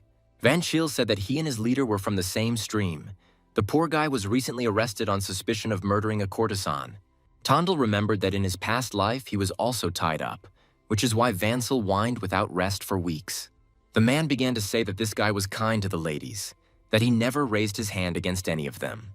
Tondal said he would definitely look into what could be done, adding that this is what family is for in such difficult times. He thought that, given how much Tondal already owed him, he should take every chance to pay him back. Vansel called the guy an asshole because he knew how to touch the heartstrings. Tondal literally immediately went to the guy who was already behind bars. The guy screamed in despair that he loved this girl so much that they even promised each other to eat and walk together. Tondal knew that emotions could be read not only on the face, and also by the nervous twitching of the Adam's apple, the hunched shoulders and the trembling knees. Tondal realized that this guy was telling the absolute truth and that it was complicating things. Without thinking twice and without expecting anything, Tondal decided to go straight to court. The boy went to the judge and asked him to delay Bayek Chanshik's trial. He added that this simply had to be done because Chanshik was innocent.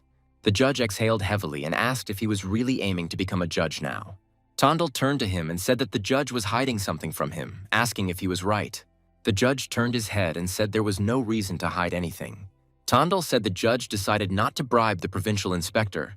He added that if he wanted to remain a judge in Hangzhou for the rest of his life, he should save his money. The judge cried out that he would definitely give everything back, but then asked how he knew that he had not sent the money. A wide smile appeared on Tandal's face. Tandal said that it was probably all because of his supernatural gift. The trial was postponed for a decent period of time. Tandal did not know whether he would be able to find the real villain. His thoughts were interrupted by someone addressing him as the unit leader. The guy cried out that management had appointed a new division leader and deputy. Tandal asked where they were now, to which the guy hesitated slightly. They went to the management, who did not give them a very pleasant reception. The man stood and stared at Tandal, not taking his eyes off him. Tandal recognized the man by the scar on his face. It was Elder N. Shilbo. Shilbo said that since the guy knows who he is, he understands why he is here. Shilbo told Tandal to pack his things and return to Guanghwa's office. Tandal ordered Solrin to break each of their legs and put them out. Solrin immediately went straight to Shilbo and another man, to which they began shouting that this was an order from the leader of the community. Tandal said that the leader had already sent thugs to kill them anyway, so such trifles could be completely forgotten. It was deep into the night and two men approached the main building of the unit. One of the guys told the other that he needed to take out a man named Guan Yun and deal with Tandal tomorrow. The guy with the tail said that he should order his men to wait outside, that all they had to do was clean up the corpses. The guy opened the door and noticed men sitting at the table. When he entered, he asked which of them was Cho Guan Yun. Guan Yun said that someone had too long a tongue to call him by his name so thoughtlessly. The guy took the sword and thought that it was just ordinary trash and it would be easy for him. Someone asked the guy if he was Go Pilsong from the Scarlet Wind sect. It was a man named Baek Shangyi from the Black River sect. Shangyi said that his old friend invited him for a drink and asked what brought Pilsen here. Shangyi said that he came here first, so Guo Pilsen had better leave. Go Pilsen was serious and asked if he would really insist. Baek Shangyi stood up from the table and asked where it was ever seen that a disciple of the Black River sect avoided a fight. Once Tandal told Van Schiel that the matter would no longer be limited to a simple brotherly squabble, he was shocked. Tandal added that the tiny spark would turn into a catastrophe, igniting a war between the two militant sects. He said with a smile that when this storm subsides, the community leader's surname will change to Chi. Van Schiel didn't even know what to answer. He just stood there in a stupor. Van Schiel's enraged face was before his eyes. Huan Yun's terrifying and sick gaze. Tandal said with a smile that it was time to dive into the thick of things. Baek Shangyi laughed and said that everything happened as expected. He looked at the bleeding Guo Pilsen and said that the Scarlet Wind sect was no match for the Black River sect. The guy tried to say something else, but he was completely exhausted. A guy who stayed outside watched this and was simply horrified. The events of the night did not give the residents any peace. Scarlet Wind sect Master Hua Sheyan asked if it was true that Master Guo died for 400 taels. In front of her sat that guy and the former leader of the unit. They were talking about the fact that he had already died. Hua Sheyan said the money should be paid as compensation to the victim's family. The man said they had agreed on payment on the condition that he complete the task, which angered the girl. Hua Sheyan told them to prepare the money, and in 3 days their sect would take over the Red Tiger community. The Scarlet Wind and Black River sects are two powers in the martial arts world that have considerable influence in Zhejiang province. Tandal wondered how much money Cho Huan Yun had to attract the Black River sect to his side. He added that although the end justifies the means, he felt like a puppet leader living on a monthly salary. The men immediately cried out that the Red Tiger community had been independent since the time of the previous leader. Someone said that it was all because they broke the unspoken rule of not dragging warriors into gang fights. Van Schiel was outraged that they came to him with this problem, even though he was only the leader of the unit. The men said that he was trustworthy and that he was the one who always helped everyone out. One of the men said that it was also important that he had a connection with the leader Tandal. Van Schiel said that if they had any complaints, they should go to the community leader Cho or his brother. The man looked at him in surprise and said that they were thinking of electing Van Schiel as the leader of the community. After everything, Tandal went to the doctor, since he had not been there for a long time. The guy managed to straighten his fingers, to which the doctor said that he thought he would now even be able to fight. He added that judging by the condition of his hands, Tandal will soon be able to move his hands completely. Tandal asked when he would be fully recovered, to which the doctor simply replied that he should not rush. He added that they needed to move smoothly, in small steps, and then they would definitely reach their goal. Suddenly, Solrin spoke to her master in a low voice. She came up to him and said that she had gathered everyone as he asked. Tandal looked away with a smile and thoughtfully said that it was time to finally settle things. Chinwu hit him with all his might and shouted at his brother to stop talking nonsense. He said that it was he who protected the Red Tiger community while he was sitting in prison. Huan Yun cried out that the place was his anyway, and it should be returned to its rightful owner. Tondal intervened in their conversation, saying that he was glad that everything was in place. Huan Yun slowly turned his head towards the guy and immediately fell silent. It was clear from Chinwoo's face that he was not at all happy to see Tondal. But the guy looked at them with a slight smile and complete self-confidence. Tondal said that it was time to clear up all the misunderstandings. He added that because they both had brought warriors into the matter, the community's independence was hanging by a thread. Tondal said that recently his word in the community has become important, which means they can come to an agreement. Suddenly the men cried out that they could not trust him and that he was an arrogant bastard. Tondal said that he did not expect much from them, and then Solrin walked forward. The guy told her with a smile to kill everyone on Huan Yun's side except one servant and himself. Huan Yun and the servants immediately cried out in fear and began to ask her to stop. Solrin, of course, listened only to her master and began to swing her sword. There were cries for Tondal to spare them, but he simply watched everything silently. Tondal said in a calm voice that this was a clear example of why one must be able to listen. Huan Yun ran towards the guy, but Tondal skillfully kicked him right in the stomach. The man screamed in intense pain and was unable to stay on his feet. Tondal said he had not dealt with them earlier only out of respect for the community's former leader. The guy told them to leave Hangzhou today and never come back. Van Shil, having learned what had happened, said that it was all somehow too simple, like taking candy from a child. Tondal said Vansil has everything it takes to become a community leader. The guy grinned and said that Chinwoo's house was good enough and asked to transfer it to him. Van Shil asked what? Did he really turn the community upside down for the sake of Chinwoo's house? Tondal said that it was good and spacious, that Vansil did not understand anything about good estates. Vansil said that if that was his plan, then he should have a place in it too. The guy asked not to involve him, but just not to forget to pay him extra. The Scarlet Wind and Black River community was left with nothing, as both brothers disappeared overnight, and the sect leaders each received a letter. Bayek Juil, the leader of the Black Sect, read a letter that stated that the new leader of the community insisted on a personal meeting. Baek Juil said that he was the one who led the community overnight, adding that he simply needs to be put in his place in their manner. Thus, both sects accepted the invitation. They consider them to be only a frog in the face of a snake. Tondal said that it would not be easy to settle this case in the same way as the cases of Cho Chinwoo and Cho Huanyongli. Solrin asked what they should do now in that case. Tondal said they were just showing them that there are frogs that eat snakes. Tondal came to the judge to prove Baek Chanshik's case. Behind the guy stood a man whom Tondal presented as the real killer of the courtesan. He said that, suffering from guilt, he came to him last night and confessed everything. The man introduced himself as O Chandu and said with shining eyes that it was indeed he who killed the girl. The judge said that given that he had volunteered, there was no need for further investigation. Tondal said he swears on his skin that the judge will not get into trouble for this. The judge said with a smile that he was just a thorn in the side, but it was better to spit to be sure. The one who gave the false confession was Cho Guan-yug's subordinate. Considering he's seen what Solrin is capable of, he won't risk doing anything. Tondal told Baek Chanshik to get ready to go out. He added that the perpetrator confessed to everything, so he will be released soon. Chanshik cried out that the real villain had really been caught. Tondal said he would take care of it himself once he was free. The judge said he had heard that the leader of the Red Tiger community had changed, to which Tondal replied that it was one of the two gentlemen he had brought with him last time. The judge said he wasn't sure he wanted to know, but suggested there were likely casualties. He added that if they are not found, then that is a different matter. Tondal said that he did not become a leader because it was too much trouble to become the emperor of the night. Being the leader of the underworld was not necessary. The judge chuckled and said he was sure Tondal was getting plenty of money. Tondal invited the judge to come to his house that night, which left the boy perplexed. Tondal smiled and said that he wanted to show him something, that he just needed to come.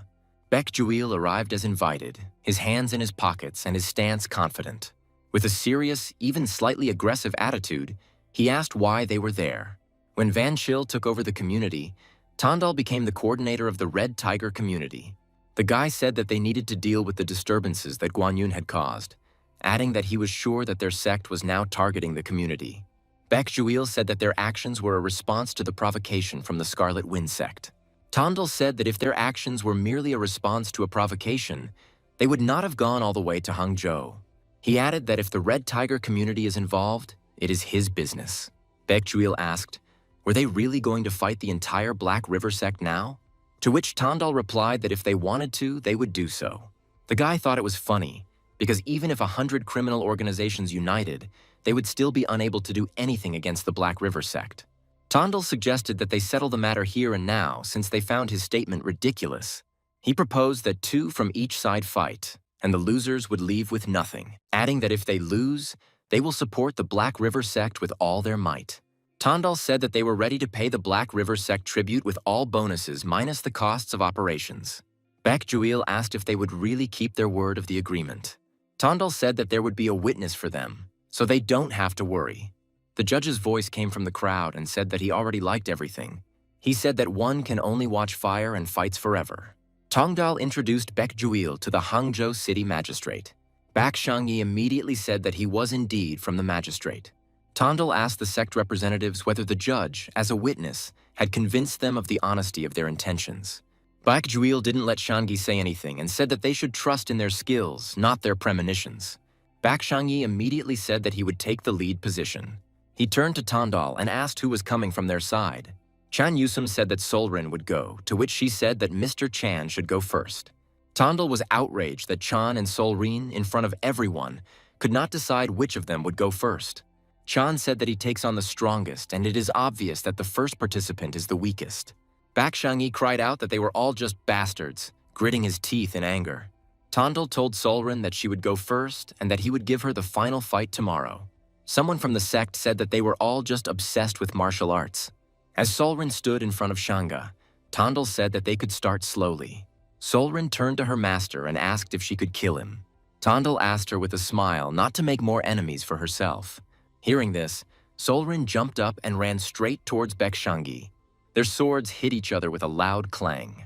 Shangyi was very surprised when he realized that the girl in front of him was not at all weak. A few more movements and Solrin's sword was right at Shanga's neck. Tandal said with a smile that it seemed the outcome of the fight had been decided. He immediately told the next one to come out so that they could finish this whole thing as quickly as possible. The judge thought that the Black River sect was one of the largest in Zhejiang province and the deputy leader could not be weak.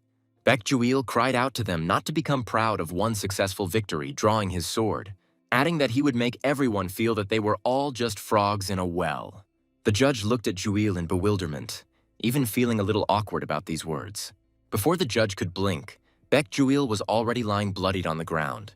The next day, Ha Che-yun met with Tongdal, Solrin, and Chan Yus. Solrin kicked her with her foot, causing her to fall, and was confused as to what was going on. Tandal said that they could take their showdown with the Black River sect somewhere else. 2 major militant sects from Zhejiang province that came to expand in Hangzhou left empty-handed. Tandal thought for a moment and turned back to Van Chiel. He realized that after the storm had died down, their time had come. In times of chaos, Tandal had fulfilled his role, and it was Vansil's turn as a virtuous ruler to establish order. Cho Jinho kept an eye on the defecting boys with unclear intentions.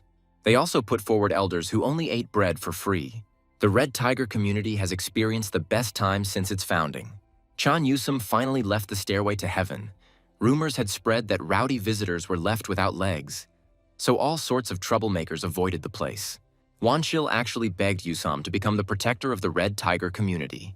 Hun Sojun retained his position as protector. Although it was a dubious achievement, now he was an obedient dog.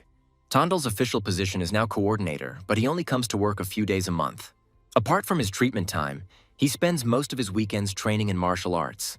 With talent comes interest, and interest expands talent, such a natural cycle. The first winter has arrived in the Tondala timeline. Tandal thanked Chan Yusum for agreeing to the sparring offer. Chan Yusum said that he needs it too, so he is always for it. Tandal defended his position as best he could, putting in a lot of effort. Chan Yusum noticed that his movements had improved considerably, but Tandal was still dissatisfied. That girl tried to be kind and nice to Solrin. She congratulated Solrin on her brother winning the Dragon and Phoenix tournament. She said that she found out about this thanks to the coordinator, adding that Tandal was as proud as if he had won the tournament himself. They discussed Tandal's hands. Solrin said that they were gradually getting better. He added that the gentleman could already raise his hands, clenched into fists, to his chest thanks to that doctor. The girl said that the doctor almost completely cured her illness, and that thanks to him she began to live a new life. Adding that, of course, they also owe this to the coordinator Du. Solrin thought about her words and began to look intently at Tandal. The girl asked Solrin if she would leave Tandal once coordinator Du had fully recovered, adding that they didn't set any boundaries, which meant they could relax. The girl said that she just needed to communicate with him in a less constrained manner, since they had already become quite close. Solrin said that he is simply her master, and she is his hands, so she does not think that she can relax. The girl noted that they were still more free in communication than before. At first, even following him around felt awkward, as did washing her face in the morning. The only time she and Tandal differed was at night, which she sometimes desperately looked forward to. But now it all became somehow ordinary for Solrin. She decided to ask her whether she thought Tandal still hated her. The girl asked her why she didn't ask him directly about it herself. Hyomin asked the mysterious girl with a grin how the coordinator takes a bath, and the girl, dumbfounded, replied that he takes it alone. She leaned closer to his face and asked suggestively why not accompany him there. She added that no one would trust their body to someone they hate. The mysterious girl only hesitantly replied that she couldn't do it, but inside she was furious, because she was being asked to bathe a man. Hyomin decided to start the manipulation and added that then she would not know whether the coordinator hated her or not. The master and the young man returned to the girls, and upon seeing them, the girl asked whether they had finished yet or not. The master turned to the girl in the mask. He said that it was becoming more and more difficult to keep up with him. How much training had she undergone to make him so strong so quickly? The girl wanted to say that they were just working like crazy, but then she stopped abruptly. She understood that the company of bandits affected her speech. Dutandal said there was something wrong with his hands today, but it was nothing out of the ordinary. Hyomin remarked that the two of them were getting along so well, and the master agreed with her, thinking that she was talking about him and Tandal. But the girl was talking about the coordinator and Miss Namgung. The master was surprised and said that such things never happen in real life. He added that Miss Namgung was practically his blood enemy, and the girl chuckled and said that she had never seen enemies who spent so much time together. She noted that time changes a lot, but the master still did not agree with her. He believed that such a thing could not happen between these two, and besides, Coordinator Du already had Yeonjae Yan. The girl was surprised and asked if he was dating, but the master only replied that he was not very close. The girl thought about it and realized that it would be even more interesting this way. She should stock up on snacks. Miss Namgung poured water into the bathtub, thinking that if she prepared it, she would surely find out who to entrust the matter to the one she hated. Then the leader Du came up and asked if it was ready. The girl gave a positive answer. The guy began to take off his robe. Looking at the guy, the girl thought that after so many martial arts classes, his body had become stronger. She wondered if she should bathe him. She didn't understand what he would say to that. The guy turned around and asked why the girl was still there. She replied that she was already leaving. As she was leaving, she tried to come to her senses and justified herself by saying that it was the lady who was telling her all sorts of strange things. The guy stood confidently and looked after her. In the background was the Huayung Gambling House, one of the largest entertainment venues in Hangzhou. If you count all the gaming tables in the two-story building, you get 82, and the establishment's turnover is measured in hundreds of taels. Recently, there appeared a type of guak gaidong who was constantly beating the visitors of the gambling house. In just 5 days, he withdrew about 1,000 tiles, and the resources of the establishment's regulars were significantly depleted. He remembered that in his past life he himself was no fool to play until he lost everything except 5 measly coins. A guy came to Coordinator Du and said that he had figured everything out, and that guy was the leader of the Huayung unit, Seo Chilyong. The guy said that this was Guak Gaidong. Apparently a refugee from the Black Dragon community, he is quite famous in the provinces, but he has problems with local bandits there, so he moved. The coordinator asked to call him, because he wanted to talk to him personally, and they asked him if he knew how to play. Du added with a grin, and what bandit doesn't know how to play? The guy standing behind him added that there was one such bandit and pointed his finger at himself. And Du only added that then there is no need to take it on, because gambling is nothing but harmful. That same gambler Guak Gaidong came to ask who was looking for a meeting with him. The guy sat down at the gambling table and said that all these games were a matter of luck, because Tandal said that he had no equal. He added that his hands were in poor condition, but he could play with other people's hands. Guak objected that she had a mask on her face, but Do said there was a reason for that. The guy let go of this thought because as long as he gets paid, he doesn't care. There was a guy standing near the table. He asked if they were playing Dolyodegi, and Tondal offered an initial bet of 1,000 taels. That same gambler added, "The more the better." In Dolyodegi, each player is dealt 5 cards, and you try to make combinations of 10, 20, or 30 points from 3 cards, and the one with the best combination wins. The judge added that the minimum bet was 1 tael and there were no restrictions, and the gambler was pleased with everything. Miss Namgung didn't understand what she had to do. Du said that she should choose 5 cards and show them only to him. Reading Guak Gaidong was extremely difficult, as it's always difficult to read a professional player, especially if you're at a lower level. They pick up on your every gesture, every breath, and gambling habits are a deadly flaw. Of course, there are those who use them intentionally. They show a certain emotion. They can move a finger so that the opponent thinks that he has a bad hand. There couldn't be a better target for testing mind-reading techniques.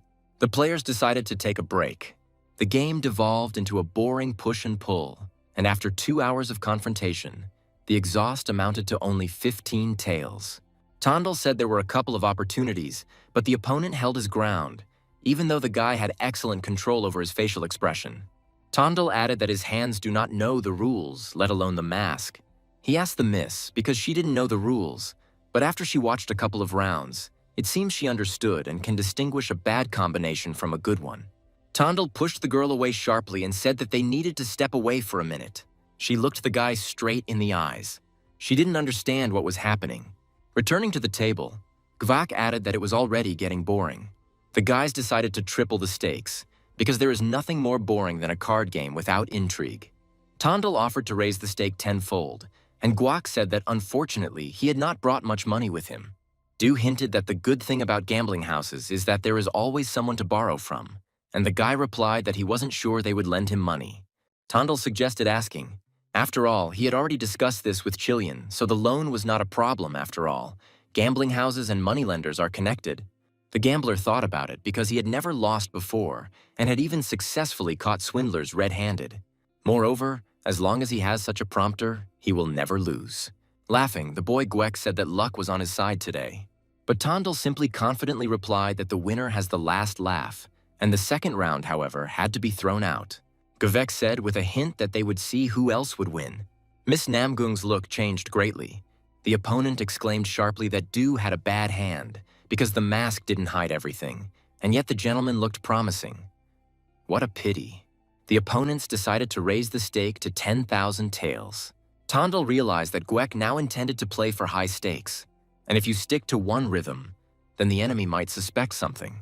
Tondal decided to strike first and bet 10,000 all in. The enemy was surprised. He thought that Do had been dealt a solid hand. Tondal simply said that to find out, you just need to back the bet. The total cost of the tickets is about 8,000 taels. It's such a big bet, but isn't it too hasty? Tondal said that his opponent was talking a lot, pretending to be in control, but it was obvious that he was getting emotional. But Guan decided that he had to call the bet. The guy jumped up and said that he had a child, and Tondal, with a grin, ordered that the cards be shown to the enemy. The girl began to lay out the art on the table. There was an identical pair of cards. Gwek didn't understand how Du managed to get Shandeng. He didn't understand how this happened. After all, Miss Namgung's eyes clearly indicated a lousy combination. But when the couple walked away to talk, Tondal said that when he stepped on the girl's foot, she should remember the day when he was locked up in the Namgunov torture chamber. At that moment, her face also changed, and the guy added that this was the most appropriate facial expression. Tondal asked if his opponent had any money left.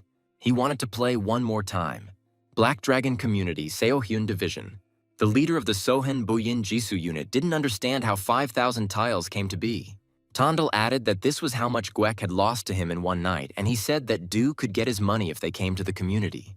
The community leader said that Gwek Gaidong was a bastard because he was sent to clean out this gambling house, but ended up getting cleaned out himself. Tondal asked who sponsored the guy in gambling, and he replied that it was the leader of the unit who was standing in front of them. The guy asked under what conditions this happened, and his opponent replied that he received 50% of the profit. Seo Hyun Bowen Jisoo exclaimed that Gwek was a useless weakling. He added that he didn't care and that he wouldn't pay anything for this loser. The guy tried to say something, but they shut him up because he promised that he would never lose. Tondal understood and said that they had sent a professional to the gambling house of the Red Tiger community to make a fortune. The guy started moving towards the table, saying that this was called a setup and that now he was refusing to pay the bills. Tondal said that this was no longer just a setup but a declaration of war, but the community leader said that the guy was just talking nonsense. He added that they should take this jerk with them and ask him for money since the Black Dragon community has no business here. The young man added that a bandit without loyalty and a sense of duty is simply scum, and in the community there is neither one nor the other. He added that the main leader of the community should prepare for war. The leader of the Black Dragon community, Sun Deshan, said that it was not worth starting a war with the Red Tiger community over such a trifle. The man added that his income had been disappointing lately, and the community leader said that an IOU could be drawn up for that amount. The Red Tiger community will not start a war without reason, said Black Dragon Elder No Dalbo, adding that they had only recently sorted out the mess caused by Cho Huan Yun. The community leader asked why the Scarlet Wind and Black River sects took them into account. After all, the Red Tiger certainly has fangs that he has not yet bared, and even the district judge favors them. The elder asked how much money they had at the moment, and the head of the community did not understand. He seriously intended to pay now. If there was another way to avoid a war that they would obviously lose, then speak up, don't be shy, the elder added. The Black Dragon community eventually agreed to give up 3,000 taels and their mountain house on Yongguyan Street. 1,000 taels would go to compensate for the losses of the Huayong unit. The young man decided to keep the remaining 2,000 for himself. The community leader did not understand why this money was not for the entire community. The young man added that the community should receive new territory.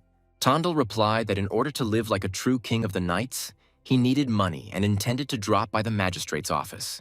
The community leader added that he considers the young man to be the only bandit who walks around the magistrate's offices as if they were his own. Tondal asked if the judge was going to see the regional inspector in 4 days, and the man agreed, since the inspector's birthday was coming up. Du told Miss Namgung to take the money and added that according to the signs of the heavens, there was so much time left. The judge only added that he was under his thumb, and who would want to bow and scrape to a demoted capital official? The judge added that in any case, there was no need to run and shake money right now. His day was relatively free. He offered the guy a drink at the stairway to heaven.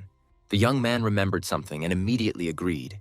As he was leaving, he thought about what he needed to do, which he had intended to do. The girl called out to him, asking what he was doing.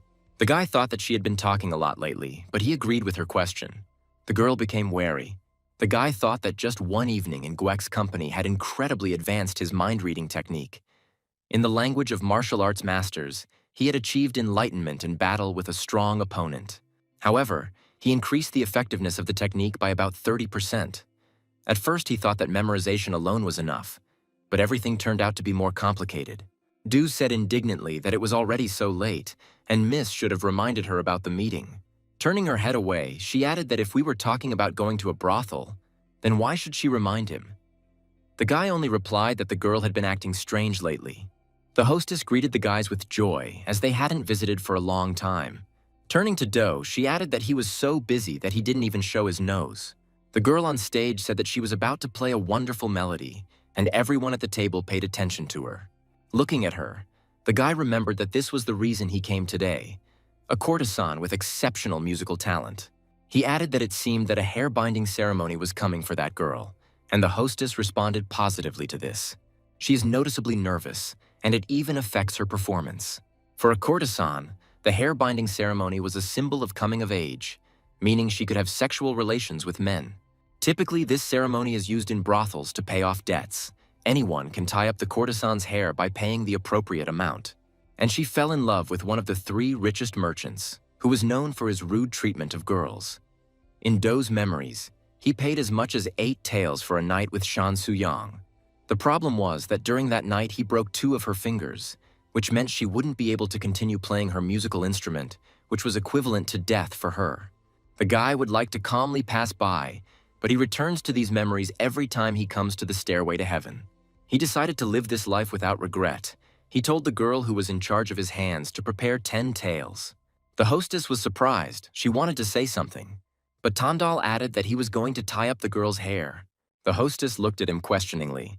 The guy added that he didn't want to get into trouble with Mr. Gu, so he asked him to say that someone else had paid and pointed to the judge. Of course, the guy wasn't planning on sleeping with her. He just wanted to chat in the same room. That would be enough to clear her conscience. The hostess replied that she herself was worried about this incident, so she was only grateful for his intervention, but she wanted to add something. The guy asked her again. She was surprised and said that it was all so sudden that he should have warned her in advance. The young man did not understand what was going on. Did he do something wrong?